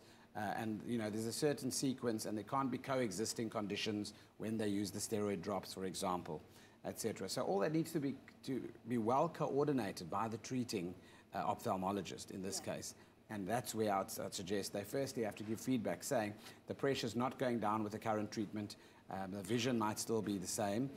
Do I need a regular follow-up? How quickly do I need to come in again and have it reviewed? Because then they can measure the pressure. For those that are interested in the stats, 10 to 20 millimeters of mercury is normal intraocular pressure. So when someone has glaucoma, often the pressures are like 45 and 50 and even higher in terms of that. Can we quickly ask the question? Yes. Is it possible to prevent it completely? Well, genetically, there's a link. So if your grandparents and your direct parents have had it, it increases your likelihood, because often the shape of the eye is also associated with that and the drainage system. Remember that. Trauma. How can you say prevent trauma? It's very difficult. Trauma is important. And then the natural process sometimes associated with are things like diabetes. Treat your diabetes well because of the link between diabetes as well and many other eye conditions. And obviously then your aging process, I'm afraid there's nothing you can do about that one. All right, so much to learn, and we look forward to doing it every single Tuesday with you, Dr. Darren Green. Thank you so much also to our callers who engaged with us. And of course, you can also follow Dr. Darren Green at Dr. Darren Green on social media. He's always ready to engage with you.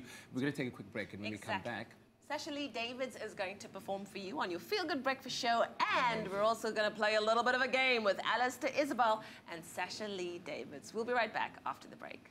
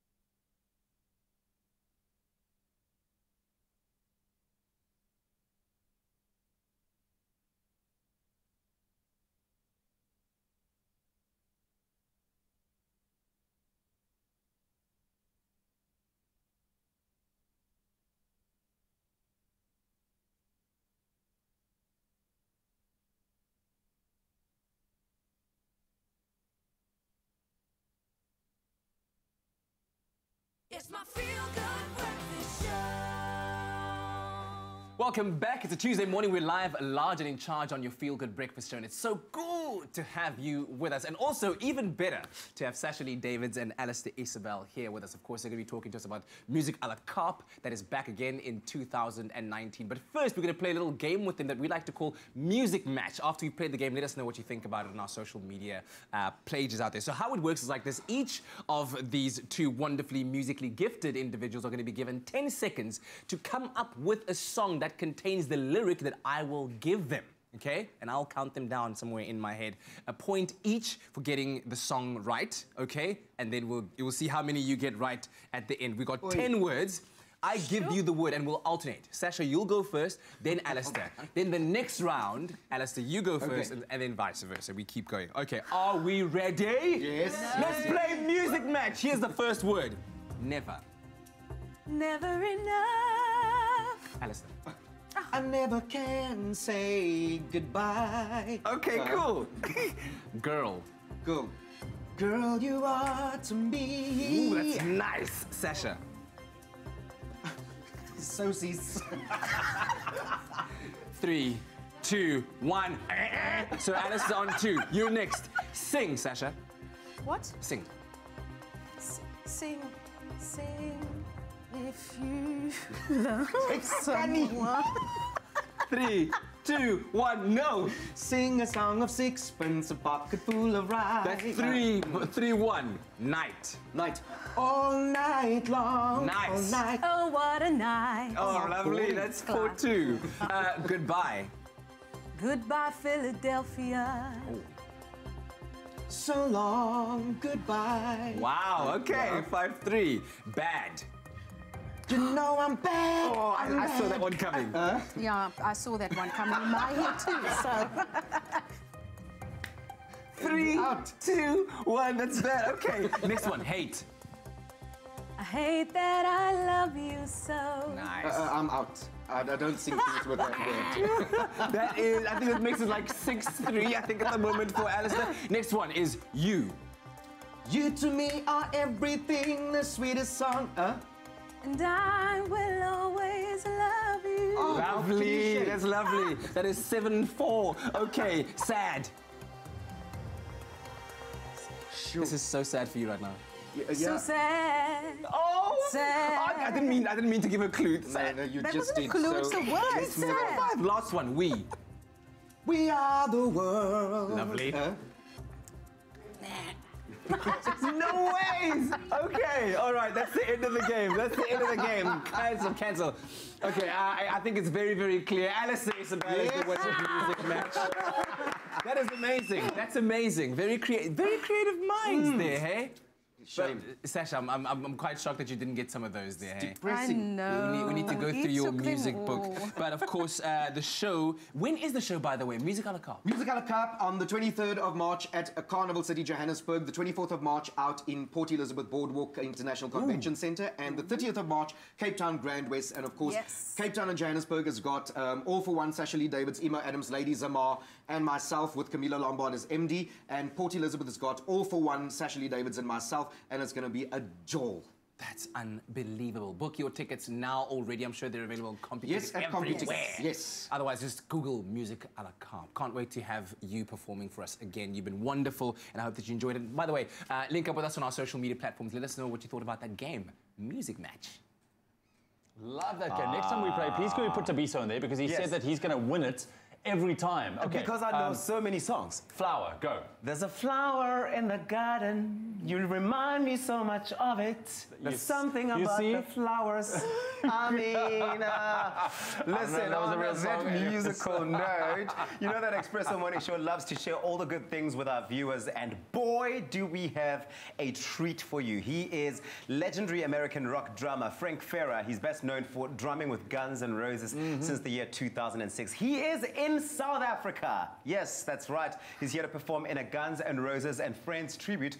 It's a show happening out at Hillcrest Quarry on the 15th of March, which is Friday. So what a way to get into the weekend. Corner. So here's the thing. He will be spending Friday morning on set with us, to perform a wicked drum solo. And boy, do we have a treat for you, our loyal viewers. So if you are an aspiring drummer and would love to have a chance to rub shoulders and learn some tricks from a bona fide master, then make sure to submit your video of yourself performing your very own banging drum solo to our Facebook page, and you can stand a chance of getting the experience of a lifetime right here on your Feel Good Breakfast Show. That's right. Now, entries are limited to residents of Cape Town, unfortunately, but we want you to share all of your talents with South Africa. So make sure you submit a video of your drum solo to our Facebook page. That's Expresso Morning Show on SABC3. And if you reside in Cape Town, you could meet Frank Ferrer. It's so much fun. In the flesh, right here. Don't miss it. Don't miss it. Shoe, go. Drum. Shoe, go. There's a shoe in every cupboard. Oh, well, listen, we are connecting with you on social media, and we are on the Expresso Twitter page. Now, we're about to take a quick break, but you have to vote for Tuesday Tunes. We have Sasha Lee Davids and Alistair Isobel in studio, and we're asking you which song would you love for them to sing. Now, you have the option between All I Ask from Adele, Leonard Cohen's Hallelujah, and, of course, All Night from Lionel Richie. And as you can see at the moment, Adele's track All I Ask is leading with 45% of the vote.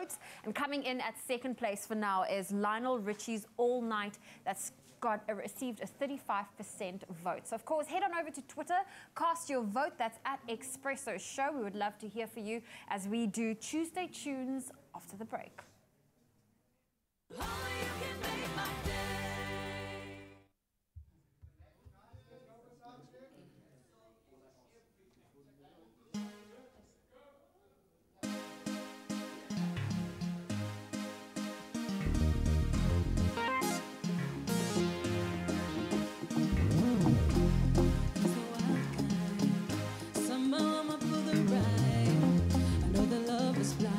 Choose to keep my heart locked up inside me, but there he goes, whispering all the right words to me, trying not to fall in love. But when he's around me, my heart misses a beat. I can't control the way I feel. My heart says don't let him go. My mind is telling me no. Take it slow. He said, take my hand, hold it really tight. Get ready to jump, I know it's kinda high. Feel the force of our love, reversing gravity. Free falling, falling in love with you. Oh, hey, oh. Oh, hey, oh, oh, hey, oh. Oh, hey, oh, hey, oh.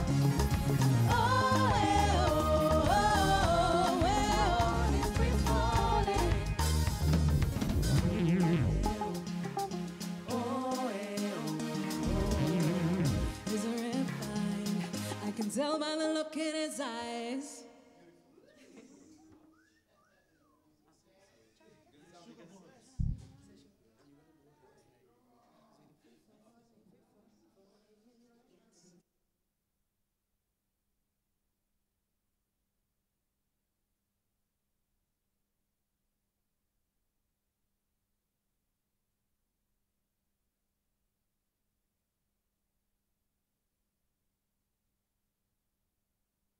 It's my Feel Good Breakfast Show. Welcome back. Welcome back to your Feel Good Breakfast Show. It is Expresso right here on SABC3. We're live giving you that feel good on a Tuesday morning. Now, we still have Alistair Isobel and Sasha Lee Davids in studio for Tuesday Tunes. Go on social media and make your voice heard. Which song do you want to hear them perform? But right now, it's time for the news. Thank you so much, Tabiso. In the national news this morning, Basic Education Minister Angie Motshekga says she's confident that her department will eradicate the remaining almost 4,000 pit latrines in the country's schools within the next 3 years. To date, 787 schools have been provided with appropriate sanitation facilities, with construction at 841 schools either in the planning, design or building phases. Last year, President Cyril Ramaphosa launched the Sanitation Appropriate for Education initiative in an attempt to rid schools of pit latrines. Comair, which operates BA and Kalula flights in Southern Africa, has decided to remove its 737 MAX from its flight schedule. The plane was in service for British Airways flights between Cape Town, Johannesburg and Durban. 3 other international airlines, Ethiopia, Indonesia and China, have also removed their contentious plane model from service following the fatal crash of the Ethiopian Airlines flight on Sunday.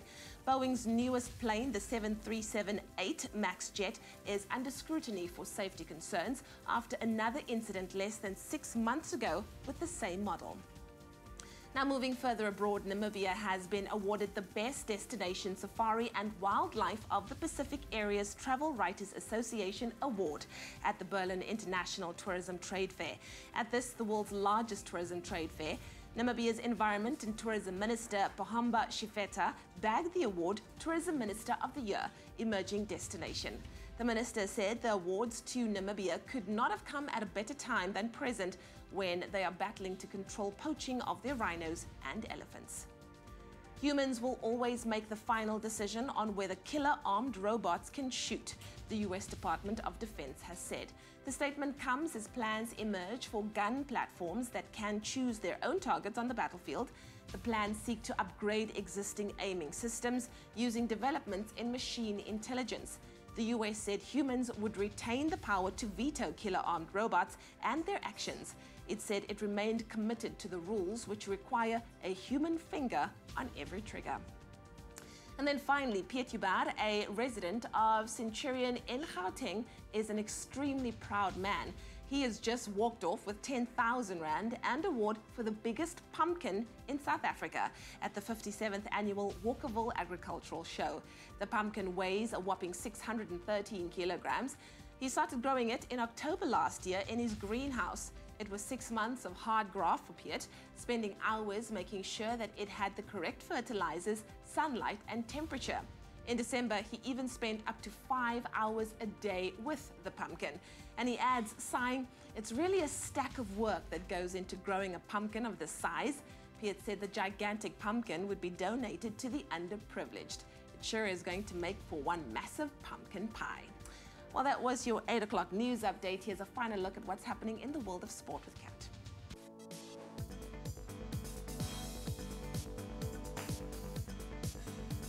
Well, perhaps this should signal the revival of Pumpkin Patch. Oh, no, maybe not. All right, let's take a look at the early morning sports headlines. Football dominating this Tuesday morning as we begin to close out the round of 16 for the UEFA Champions League. Now, Manchester City take a 3-2 lead into their second leg encounter against Schalke at the Etihad, while Juventus host Atletico Madrid. Their hopes hanging on Cristiano Ronaldo pulling off another sensational comeback as the Italians trail 2-0.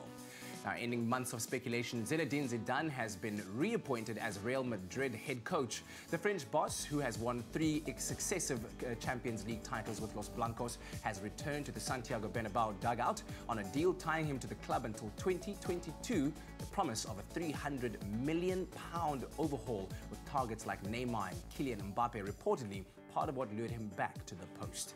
And finally, locally, Sundowns have the opportunity to go back to the top of the PSL tonight in terms of standings away against Maritzburg United.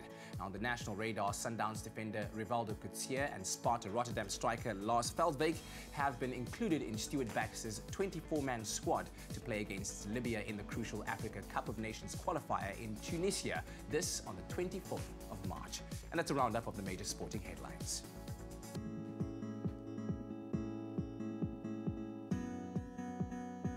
All right, time to take a quick and final look at the roads in Gauteng, Randburg. There's some roadworks on the N1 northbound. It's just before the Maritzburg interchange. Now, one lane is blocked, causing some delays, so please make use of an alternative route this morning.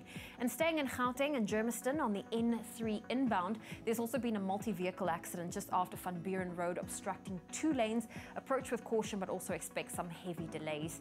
And then if you're traveling by train, let's take a look at the Cape Flats line. There's extended travel time of 15 to 20 minutes on the Cape Flats line, and this is due to defective track circuits at Weyton, sets out of service and speed restrictions. And that's where we leave your traffic this morning. Thank you very much, Zoe. Let's quickly take a last look at what's happening with regards to your weather across the country, but also thank you very much for all of you sending in some of your pictures. We always love seeing what it looks like in your parts of the world. So thank you to Kate Lynn for your beautiful sunrise from Belito, as well as Louise Cherry for your fantastic sunrise from the South Coast in KZN. We'll get to sharing more of your pictures tomorrow morning right here on your Feel Good Breakfast Show. Take them and post them on our Expresso Morning Show SABC3 Facebook page. Right now, running through your temperatures for the rest of the country. Polokwane is starting off on 16, reaching a maximum of 28 degrees. Mbombela and 19 minimum, your maximum 28 as well, with some scattered showers expected. Pretoria 16.28, Johannesburg 14.26, Mahikeng 18.31 degrees, Klerksdorp 18.30, Kimberley 18 minimum, your maximum 28. Bloemfontein on 15, reaching a maximum of 26 degrees today. You can also expect some thunder showers. Richards Bay 22, your maximum 28. Pietermaritzburg 18.26 with the rain forecast for your Tuesday. Durban 23.28 with some scattered showers. Thunder showers forecast for Mthatha, minimum 17, your maximum 27. East London starting off on 20 minimum, reaching a high of 28. Also chance of some thunder showers. Cradock 14.29, Port Elizabeth 18.28, George 16.25, Sutherland on 6 minimum, your maximum 21. Cape Town 15.22 with some scattered showers across your Tuesday. Worcester 11.24, Springbok 9.25, and Uppington a nice and hot day expected, starting off on 15 minimum, reaching a maximum of 34 degrees. That's a wrap of your weather and your temperatures for your Tuesday morning. All right, well, it doesn't matter how the weather's turning out in your part of the country. Right now, we're about to inject some feel-good into it. Sashali David's back again on the mic as part of the cast of Music A La Carte. Book your tickets already. If you haven't done so and you need some extra convincing, well, here she is with a song called Free Falling.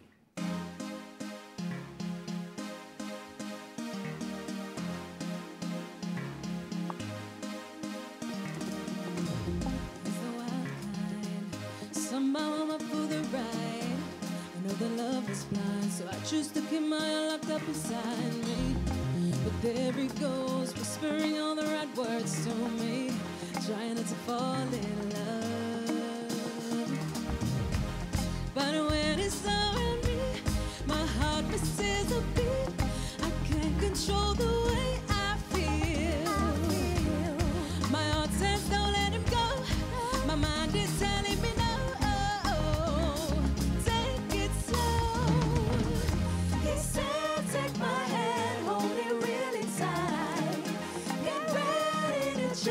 I know it's kinda hard. Feel the force of our love, reversing gravity. Free falling, falling in love with you. Oh, yeah. Oh, yeah. Oh, yeah. Oh, yeah. Oh, yeah. Oh, yeah. Oh, yeah. Free falling in love with you. He's a rare find. I can tell by the look in his eyes. I tried to hide. There's no escaping it. All I'd find me. He always knows every word just to get me to trust him. Trying hard not to fall in love. But when he's around me, my heart misses a beat. I can't control the way I feel. My heart says don't let him go. My mind is telling me no. Take it slow. He said take my hand, hold it really tight. Get ready to jump.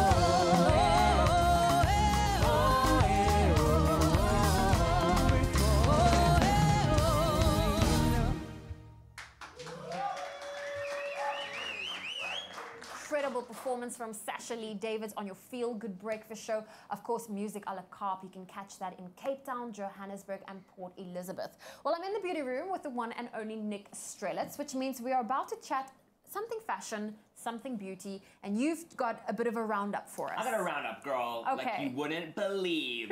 So last week we finished in Paris. It was Paris Fashion Week. We visited all 4 fashion capitals this season for Autumn/Winter 19. So this is a bit of my key takeout for beauty and fashion. Q beauty. What did we Q learn beauty. from Paris, Milan, New York, London? Can I take a guess? Yes. Skin. Skin is king.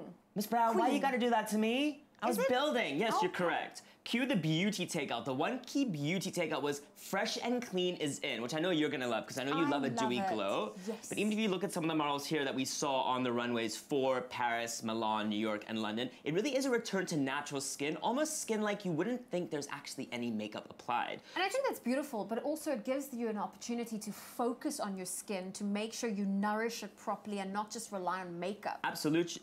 It really helps in keeping the skin healthy. Yes. Excuse me, I get so excited when I talk beauty, I just all over my words. But look, it almost looks like they don't have any makeup on, but if you use a good bronzer or sort of a moisturizer, a highlighter as well, you can get those looks. For fashion, it very much was the same for me as well. We see a lot of times on the catwalk, so very avant-garde, very out there looks that you're like, girl, I ain't gonna wear that.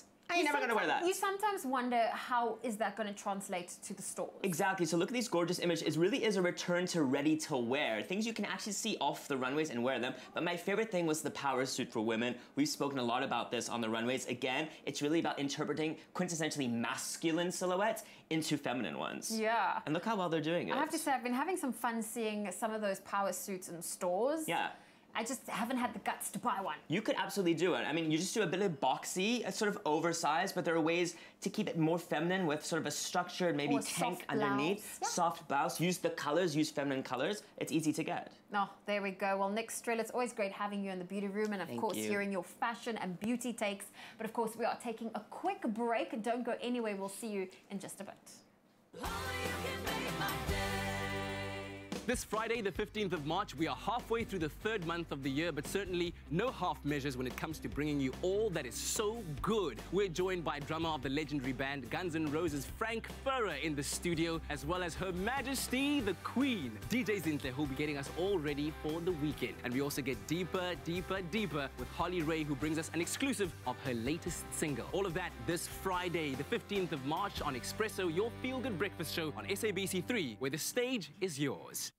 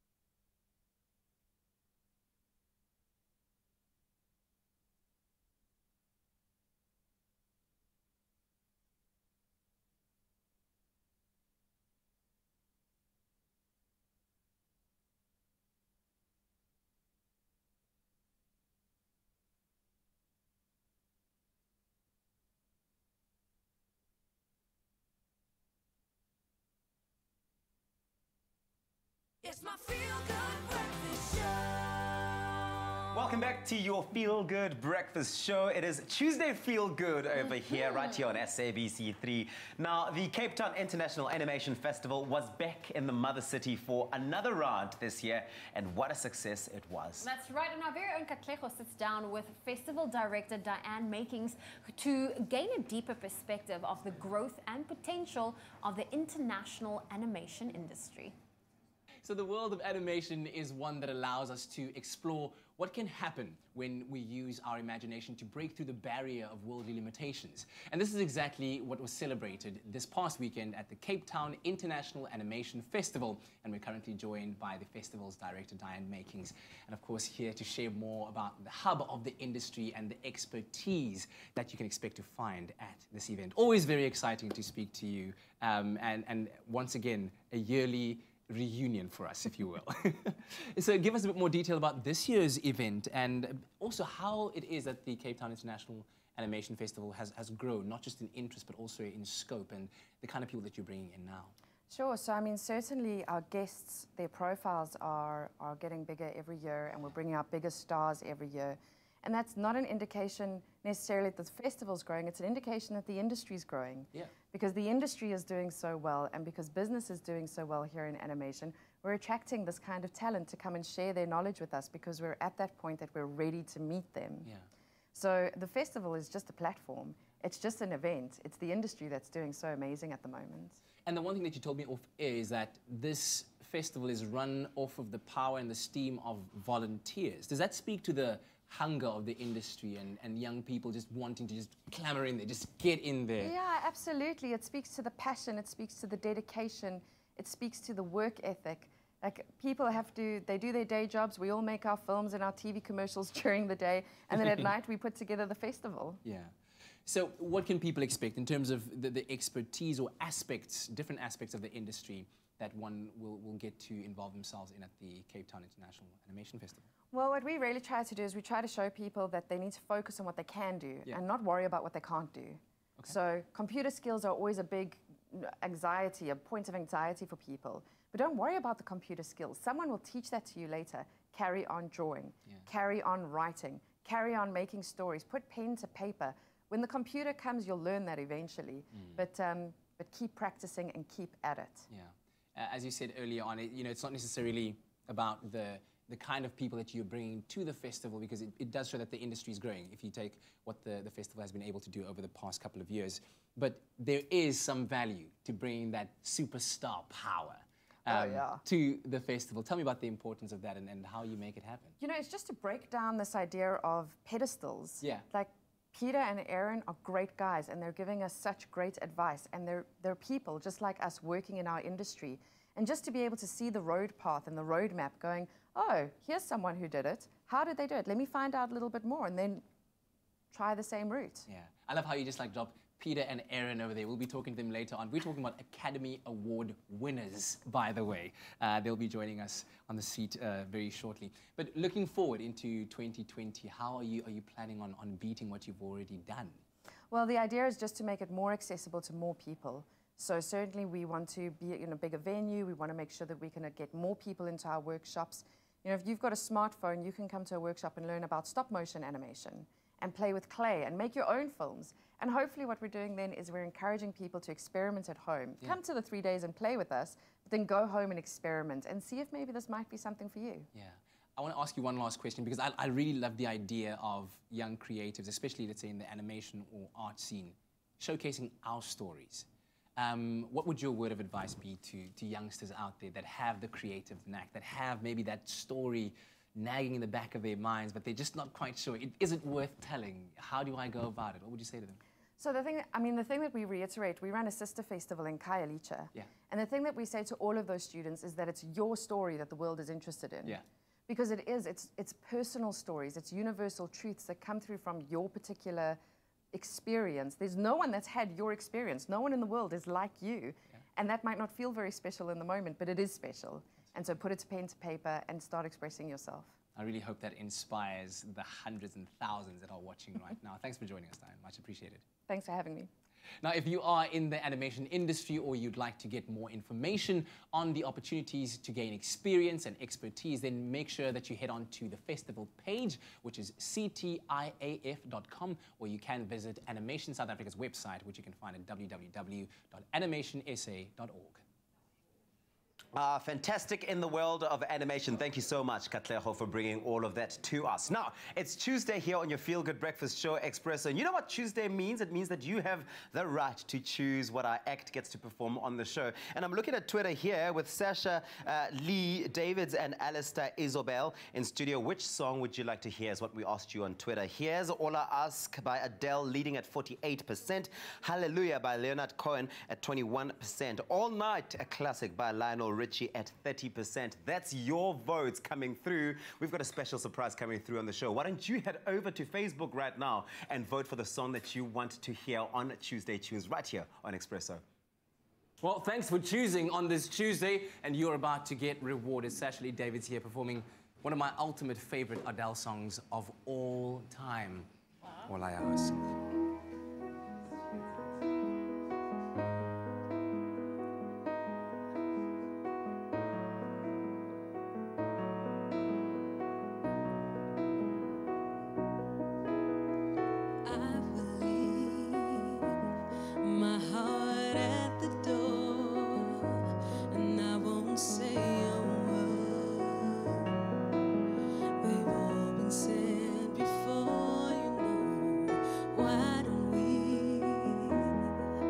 Just play pretend like we're not scared of what is coming next. We're scared of having nothing left to look. Don't can be wrong. I know there is no tomorrow. All I ask is this is my last night with you.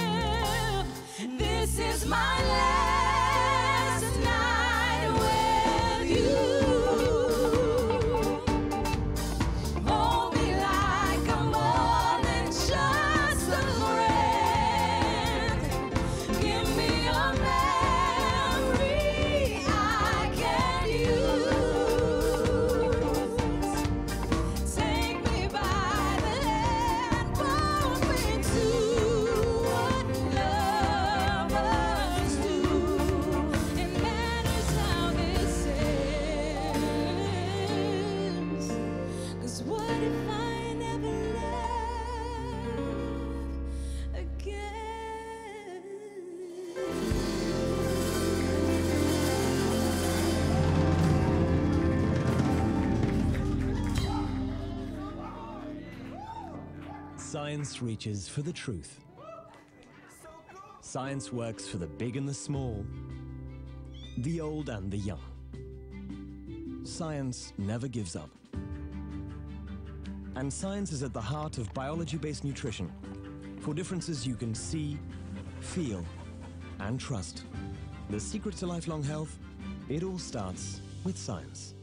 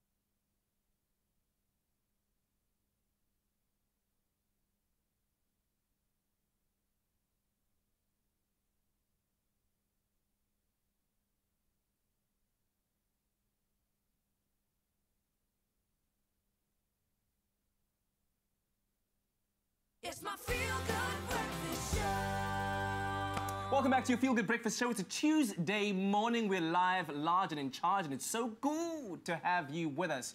And listen, right now in studio we have with us a legend, an icon of his time. He's an artist, he's a producer, a musical director. The magnificence that is Alistair Isabel. Let us all rise to the occasion and welcome the man, South Africa. Yes, yes, I've got a deserving. very tired puppy on my lap, but I would have stood with you. Alistair, you are widely regarded as one of the best champions of local music and entertainment. Why has it been so important for you in your career to create a platform for other young artists to shine? I think it started out 33 years ago when I started my career by virtue of meeting by design the late Tali Peterson and the legendary David Kramer. At the Baxter Theatre, I walked into the foyer to do an audition amongst 51 hopefuls to play the Argus vendor in District 6 the musical, which was the land, it changed the landscape of theatre, District 6 the musical in South Africa. And I was chosen out of the 51 hopefuls to be a part of District 6 the musical, and there I met Lukman Adams and Terry Fortune and Basil Apollos and a host of other luminaries in South Africa. And I knew at that point that that's the only thing that I wanted to do. Yeah. Even today, I can't even change a tire. Ek weet net van music. What I knew at that point was that the door was open for me by virtue of David and Talib, and also because of the political climate at that point. And today, when I reflect on it, it was all by design, but I would be failing at my success if I didn't assist those who had great talent and that I know have something really magical to serve the audiences that we do with. Yeah. We'll talk music a la carte in a second, but I want to just go back to those younger days. What was that switch on moment? I know that you say that you knew that's what you wanted to do, but that show you did, that performance you did, that set you free in an essence, making you feel like, yes, this is going to be my life. This stage is mine. It was definitive because there were two songs. It was the end song, which was District 6 the musical's anthem, 7 Steps of Stone. And then there was a song, a trio that David and Talib wrote called Now I Understand. Beautiful trio by Leslie Klainsmith, Helene Joseph, and Madiga Anders, who was Talib Peterson's wife. And I walked on stage during the last performance, last song. This is the first time you're singing in District 6 the musical, my very, very first performance. I had about 3 days of rehearsals and then into the show. And I was 8 or 9 years old, and I walked on and the song, even now, it reminds me of a time that I knew greatness was happening around me. I had no association to District 6 at all, the place, but I knew it was massive. It was massive and it was life-changing. And everything beyond that was just because God's hand was on it already. That's absolutely incredible. Now, for anybody who hasn't heard us have our chat earlier on, Music A La Carte is in its 6th year now. Why do you, I know, absolutely incredible. And of course, not only in Cape Town, but in Johannesburg and in Port Elizabeth as well. Why do you think the show continues to be so successful? What is it about this particular genre of music brought together that people love so much? Variety shows are variety shows are variety shows. I do believe that one must not give people shows. You must give them experiences, that they walk away, that their hearts are smiling, that they know that the entertainment that we serve them with embraces them, that they walk away remembering the moments that was affecting to them. And so Music A La Carte not only validates, celebrates and acknowledges those who have contributed to the music industry and to the music box that we own in South Africa. And we've over the decades, we have been so raped by international music, and now people are starting to realize how incredibly gifted these artists are. From Karen Kortkeer to Sasha Lee Davids to Robin Peters to Salome to Richard John Smith to, there's so many, Lyra, Lady Zamar, everyone contributes so massively. I see now also Mango Group celebrating 30 years of giving us wonderful music, and it's important for us to embrace and celebrate them, but it's also important for us to acknowledge how important our contribution is to the arts industry. So that's why Music A La Carte works. All the English is now out the window. It's done. That's the quota reached. Yes. Auntie Mo, the musical, was absolutely fantastic. You played a part as music director. Yes.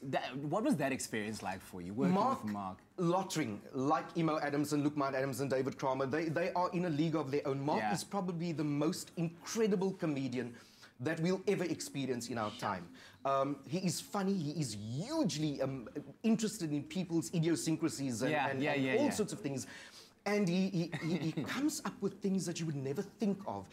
Although it's funny, it is so thoughtful.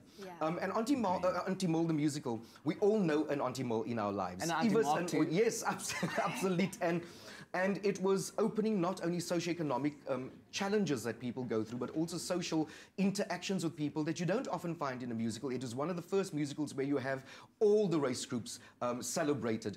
So it was really, really incredible for me to be the musical director with that. Yeah, man. Amazing. And it's incredible for us to be able to interview you, while you're still doing what you do at your best. While I'm still alive.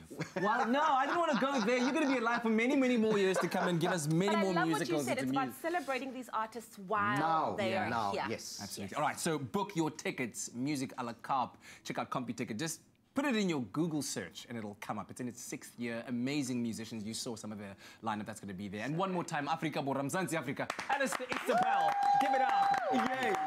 Yay. You cannot miss it. You cannot miss it. It's going to be absolutely amazing. We're going to be taking a very quick break. Don't go anywhere. There's still a little bit of time left on your Feel Good Breakfast Show on this Tuesday morning. How's about a cappuccino there? Yes. Maybe? No? Yes? Thank you, Princess.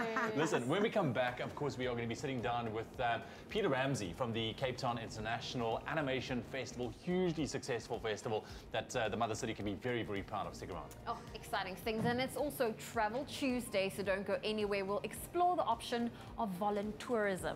That and a whole lot more coming up. We'll see you after the break. Enjoy a moment in between with McAfee. See you after the break.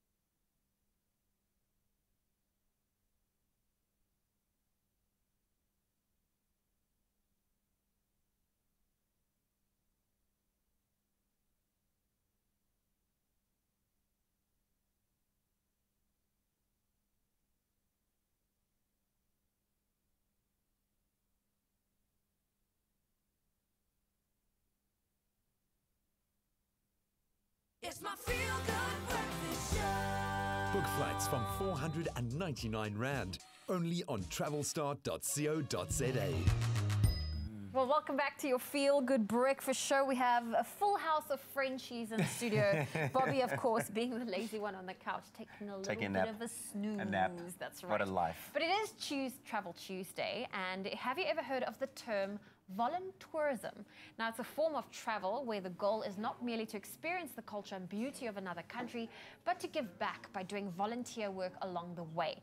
Now, it's become increasingly popular, especially with young people, and we're joined by Odette Farling from Travel Star to take a closer look at this conscious form of traveling. And how exciting to be able to say you've been able to volunteer in another country. And learn about their culture, but also help people in those spaces as well. Odette, there's a big fuss about it. I'm hearing about it a lot these days. What is the appeal of voluntourism? What is it all about?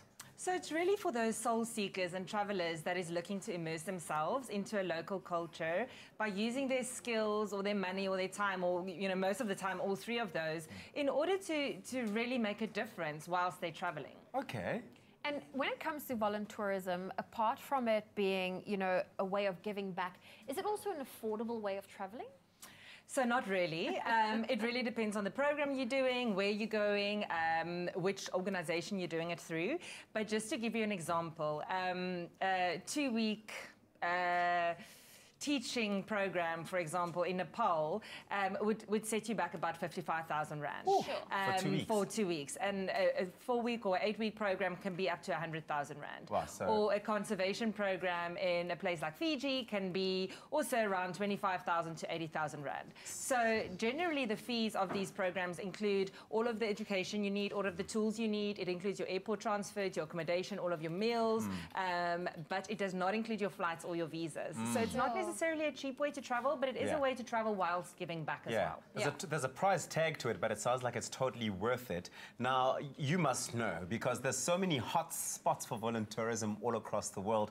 But what are some of your top picks for the year, for 2019? Where are the places we need to be going to volunteer and travel to?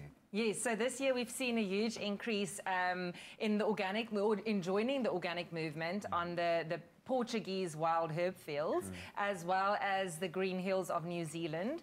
We've also seen a big movement towards the conservation of turtles in Mexico. And then lastly, teaching children in places like Nepal and Fiji has really picked up a lot. That's incredible. And if we have to bring it a little closer to home, at least within South Africa or the African continent, which destinations would you So I gave this some thought, and I thought, wow, we're actually so blessed because we have got so much need right on our doorstep here in South Africa. So, we've got night shelters. The Haven Night Shelter, for example, always needs, just for a weekend or a day, just needs, volunteers to go and help them out. And that's in Cape Town. That is in Cape Town, yes. So, and then we've also got the Bambini Foundation, who has really brought the essence of volunteering and actually making a difference directly to children's lives. And they've brought that in very, very nicely. So there's so much opportunity also with SANCOP, which is the South African conservation of coastal birds, who's trying to combat the effect that human interference and pollution has made on these birds' lives. And then if the bushveld is what tickles your heart or your fancy, then I would really recommend looking at the Wild Act, because there you are able to work directly with cheetahs and wild dogs and lions. So there's just so much opportunity to actually give back in South Africa, which I think it's something we can all look a little bit deep at ourselves for contributing. It sounds like you don't have to look too far. You don't have to start looking at how you get your visa. And you can help. How can Travel Start help me get started if I'm sitting at home and I'm looking to get involved and interacting with this voluntourism? Yeah, so I think first and foremost, you can visit our website for some inspiration on our blog. Most of the information that I spoke about today, I got on our blog. So if you're looking for different programs, go and read up on the Travel Start website about it a little bit. And then join the program that you want to join. And the flights are usually not included. So then you can book your flight at the best price possible on the Travel Start website. And you can call our agents in order to help you, with any other travel arrangements that you need. And then all you need is your visa, and then you're you're set to go. Unless you're traveling domestically, then you don't need that visa. Yes. Fantastic. Odette, thank you so much. It's always so awesome having you here. Thank you very much. That's right. Odette Farling joining us from Travel Start. And we unpacked the idea of voluntourism, and it just shows you that it's just another amazing way to enjoy hassle-free, budget-friendly holidays and to make the most of your leave and, of course, your time that you have. But for more information, visit travelstart.co.za. Thanks, guys. Flights from 499 Rand, only on travelstart.co.za. Thank you so much, ladies. So from voluntourism, we're talking Cape Town International Animation Festival was back in the mother city, and once again, it was a huge success. So next up, we sit down with two Academy Award-winning professionals in the animation industry, talking about and gaining a deeper understanding around animation, international animation, the industry, and where it's all heading. Here's Kat. So earlier on, we sat down with the director of the recent 2019 Cape Town International Animation Festival, Deanne Makings, where animators and industry professionals got the opportunity to gain premium expertise and engage with those who've made it all the way to the top. Now, well, we are very, very excited right now to announce that we have the producer of the Shrek series, Academy Award-winning producer and actor Aaron Warner, as well as the recent winner of the Academy Award for Best Animated Feature Film for Spider-Man Into the Spider-Verse director and illustrator Peter Ramsey. Gentlemen, congratulations and welcome to the studio. Can we just, please, it's that kind of occasion. Thank you. It's a real honor to have both of you here. Aaron, I'll start with you first. I mean, the Shrek movies, the sequels, have such a great way of using the subversion of storytelling, but also while bringing in fairy tale conventions and then just to great comedic effect. We've enjoyed that for the longest time. Tell me about the significance of the Shrek movies in the time that they were released and how you see them having impacted animation since then. It feels like since Shrek came out, a lot of people felt more freedom to have fun with animated movies and just go nuts. And we did stuff that was, that hadn't been done before, and I feel like it gave people permission to kind of create and release themselves from a very kind of normalized way of making an animated film. Yeah. And I think one of the great successes of Shrek is that it just goes across the board in terms of age, and it just appeals to so many different people. What do you think it is about animation that is able to achieve that? I mean, Shrek specifically is when we made that movie work, which took a long, long time to do. We did it because we realized it was about us, and just feeling completely nerdy, useless, and green. And once we hit on that, it just became a personal movie, and I think that that's where movies succeed or fail. Yeah, yeah.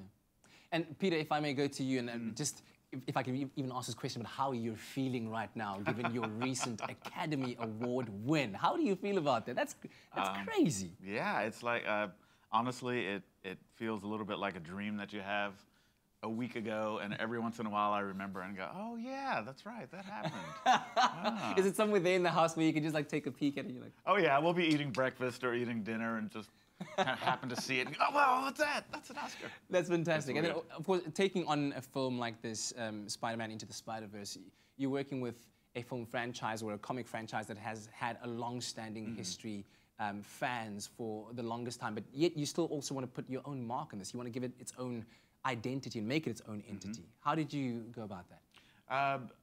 We had an amazing team of people. Phil Lord and Chris Miller, who have done a lot of great animated movies, and also the 21 Jump Street series, Cloudy with a Chance of Meatballs. Those were the guys who originally got the call from Sony to sort of try to reinvent Spider-Man as an animated feature, and they chose to do the Miles Morales movie. Miles is a different version of the character than the original Peter Parker. And it was all about trying to reinvent a character who people thought they were familiar with, had grown to know and love for years and years. And our mission was just to do everything to make it as different and as bold as possible to really introduce people to this new version of Spider-Man in Miles. Yeah.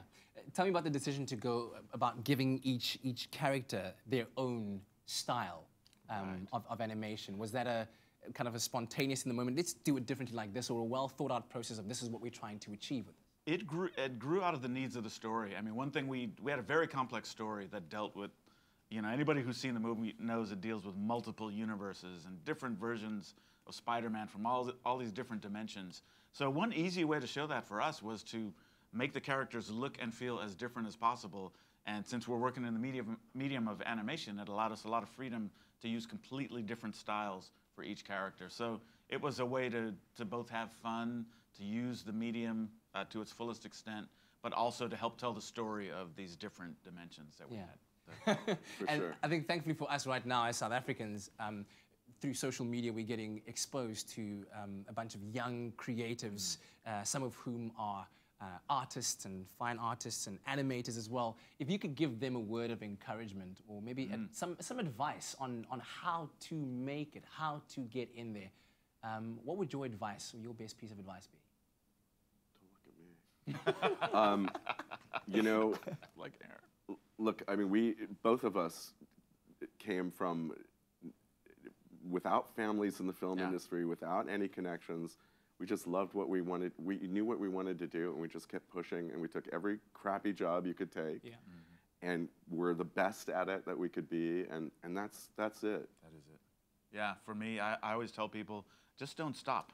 Whatever it is you love to do, whether you're a painter or whether you do storyboards, whether you're an animator or a writer, whatever it is you do, just keep doing it. Don't stop. And I know in my career, just doing that with a good spirit has opened doors and brought me to other creative people who have shown me things or helped me get a leg up somehow. So it really is persistence and having a passion for what you do. Say yes to everything. Yeah. Say yes to everything. Say yes to everything. That's very true. I'll certainly say yes to that. And thank you very much, gentlemen, for joining us. We really do appreciate your company. Thank you. Thank you. Pleasure. Indeed, continuing to develop ambitious and passionate animators is a commendable and worthwhile pursuit and mission. So, if you are in the animation industry or you'd like to get more information about opportunities to gain experience or expertise, then make sure to head on over to the festival page, which is ctiaf.com, or Animation South Africa's website, which is animationsa.org.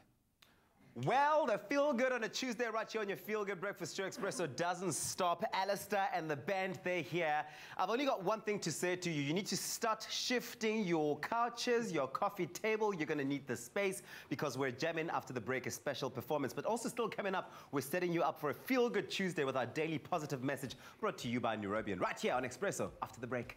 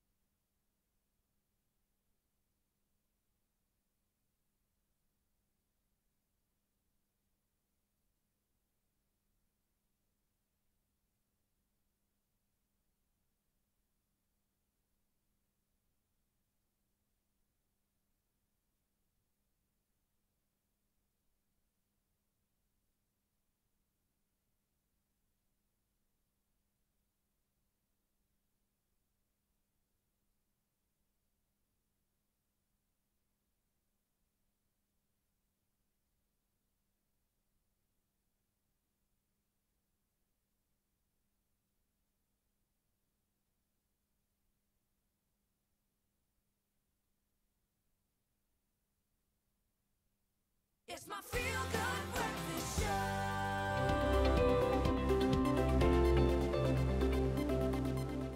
Welcome back to your Feel Good Breakfast Show. It's Expresso right here on SABC3. Nearly time for us to say bye, but not yet, because we first need to get a little bit of positivity in our lives, proudly brought to you by Neurobian. Exactly, and these are just little quotes and sayings that will just make you take a moment and just, you know, focus on your day ahead. So here's today's. Are you ready? I'm so ready. Give it to me. Be calm. Okay. Be calm. In today's hustle and bustle of life, try finding a quiet place inside your mind. It is important to take a moment to just breathe. Wow. Yep. That's awesome. Because we are on the go all the time, constantly hustling, moving from one thing to the next. What's for dinner, work, project, meeting, and then we forget to breathe. And sometimes if you just slow things down a little and you go like, okay, Things aren't as bad as now they you seem. know how to take the world on again. Just like that. There we go. So I hope you feel inspired after that one. Right, almost time to wrap up the show, but not just yet. Oh, well, we are connecting with you on social media because it is Tuesday Tunes, which means you have the power to select the song you would love to hear. Music A La Carte, of course, is taking place not only in Cape Town, it will be happening in Johannesburg as well as Port Elizabeth. And we have Sashali Davis and Alistair Isabel in studio. We asked you for 3 options. There was Hallelujah, which was one of Leonard Cohen's songs. There was Adele's All I Ask, as well as Lionel Richie's All Night Long. And the comments were close. They were close, but it seems like the winning comment, in fact, was Lionel Richie's All Night Long. That is coming up for you on Tuesday Tunes. All right, okay. You can see we're getting excited. And that's because Alistair Isabel, that camera, is about to do his thing right now. By the way, 23rd, 24th of March, Johannesburg, PE, respectively, and 30th of March in Cape Town. That is Music A La Carte. Book your tickets now. But to take us into this Tuesday, courtesy of your selection on Tuesday Tunes, Alistair Isabel and the cast of Music A La Carte with All Night Long. Let's go. Let's go. Woo! Well, my friends, the time has come to raise a roof and have some fun. Oh, well, there's work to be done. Let the music play on, play on, play on, play on. Feel it in your heart and feel it in your soul. Let the music take control. We go to a party, carabo, fiesta, forever. Come on, let's sing along. We're going to a party, carabo, fiesta, forever. Come on, let's sing my song. All night long, all night, all night, all night long, all night, all night, all night long, all night, all night, all night long. Once you get started, you can't sit down. Come join our party, it's a merry-go-round. Everyone's dancing, their troubles away. Come join our party, see how we play.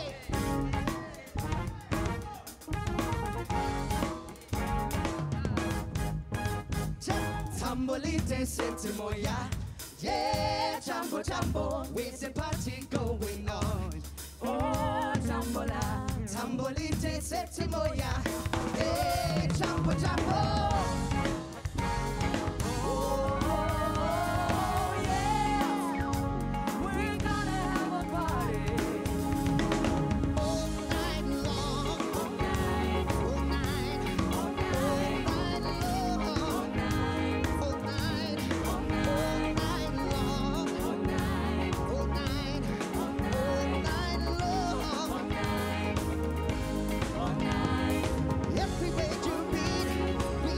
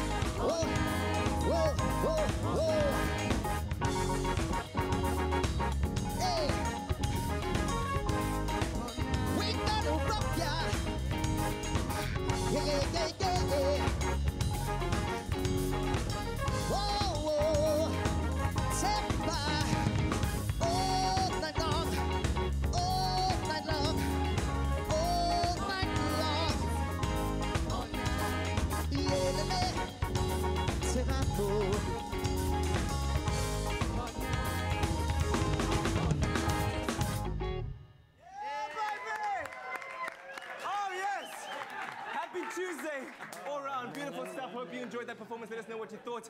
Oh, wow, what a way to start the Tuesday. Hey, Bava's Jilla, asshole. Yo. Let's go over to the rest of the team. What an awesome performance. No. I'm breathless. I'm speechless. I'm amazed. Definitely, you need to go and check out Music A La Carte. What a performance. And really, I mean, we didn't expect this on a Tuesday, to be honest. And I hope that you are sweating from all the dancing you've been doing like we've been doing. I'm sure there was a lot of toe tapping going around all the country right now. It was awesome. Squeaking techies all over the country. We love it. Listen, thank you very much for joining us this morning. It's been an absolute privilege to spend the morning with us. Kat, get in here. Can I? Get in here. Also, please. Have a seat. Go ahead, have a seat. You can sit there next to Bobby. That was brilliant, time to space. The thing is, what I love about kind of what you do, Alistair, and the people that you collaborate with is there's so much energy. Yes. And I think it's that's such a liquor vibe. I mean, if you don't like what you're doing, then why do it? Go work somewhere else. Wise words. You really do see the passion in everyone. I mean, I was standing there with the band just before we were going on a break. Yes. But everyone is in it. Everyone is involved. So the energy rubs off on everyone, and we can't help but feel it too here. So thanks for that. Well, music is a pure thing, so unless you need pure as you must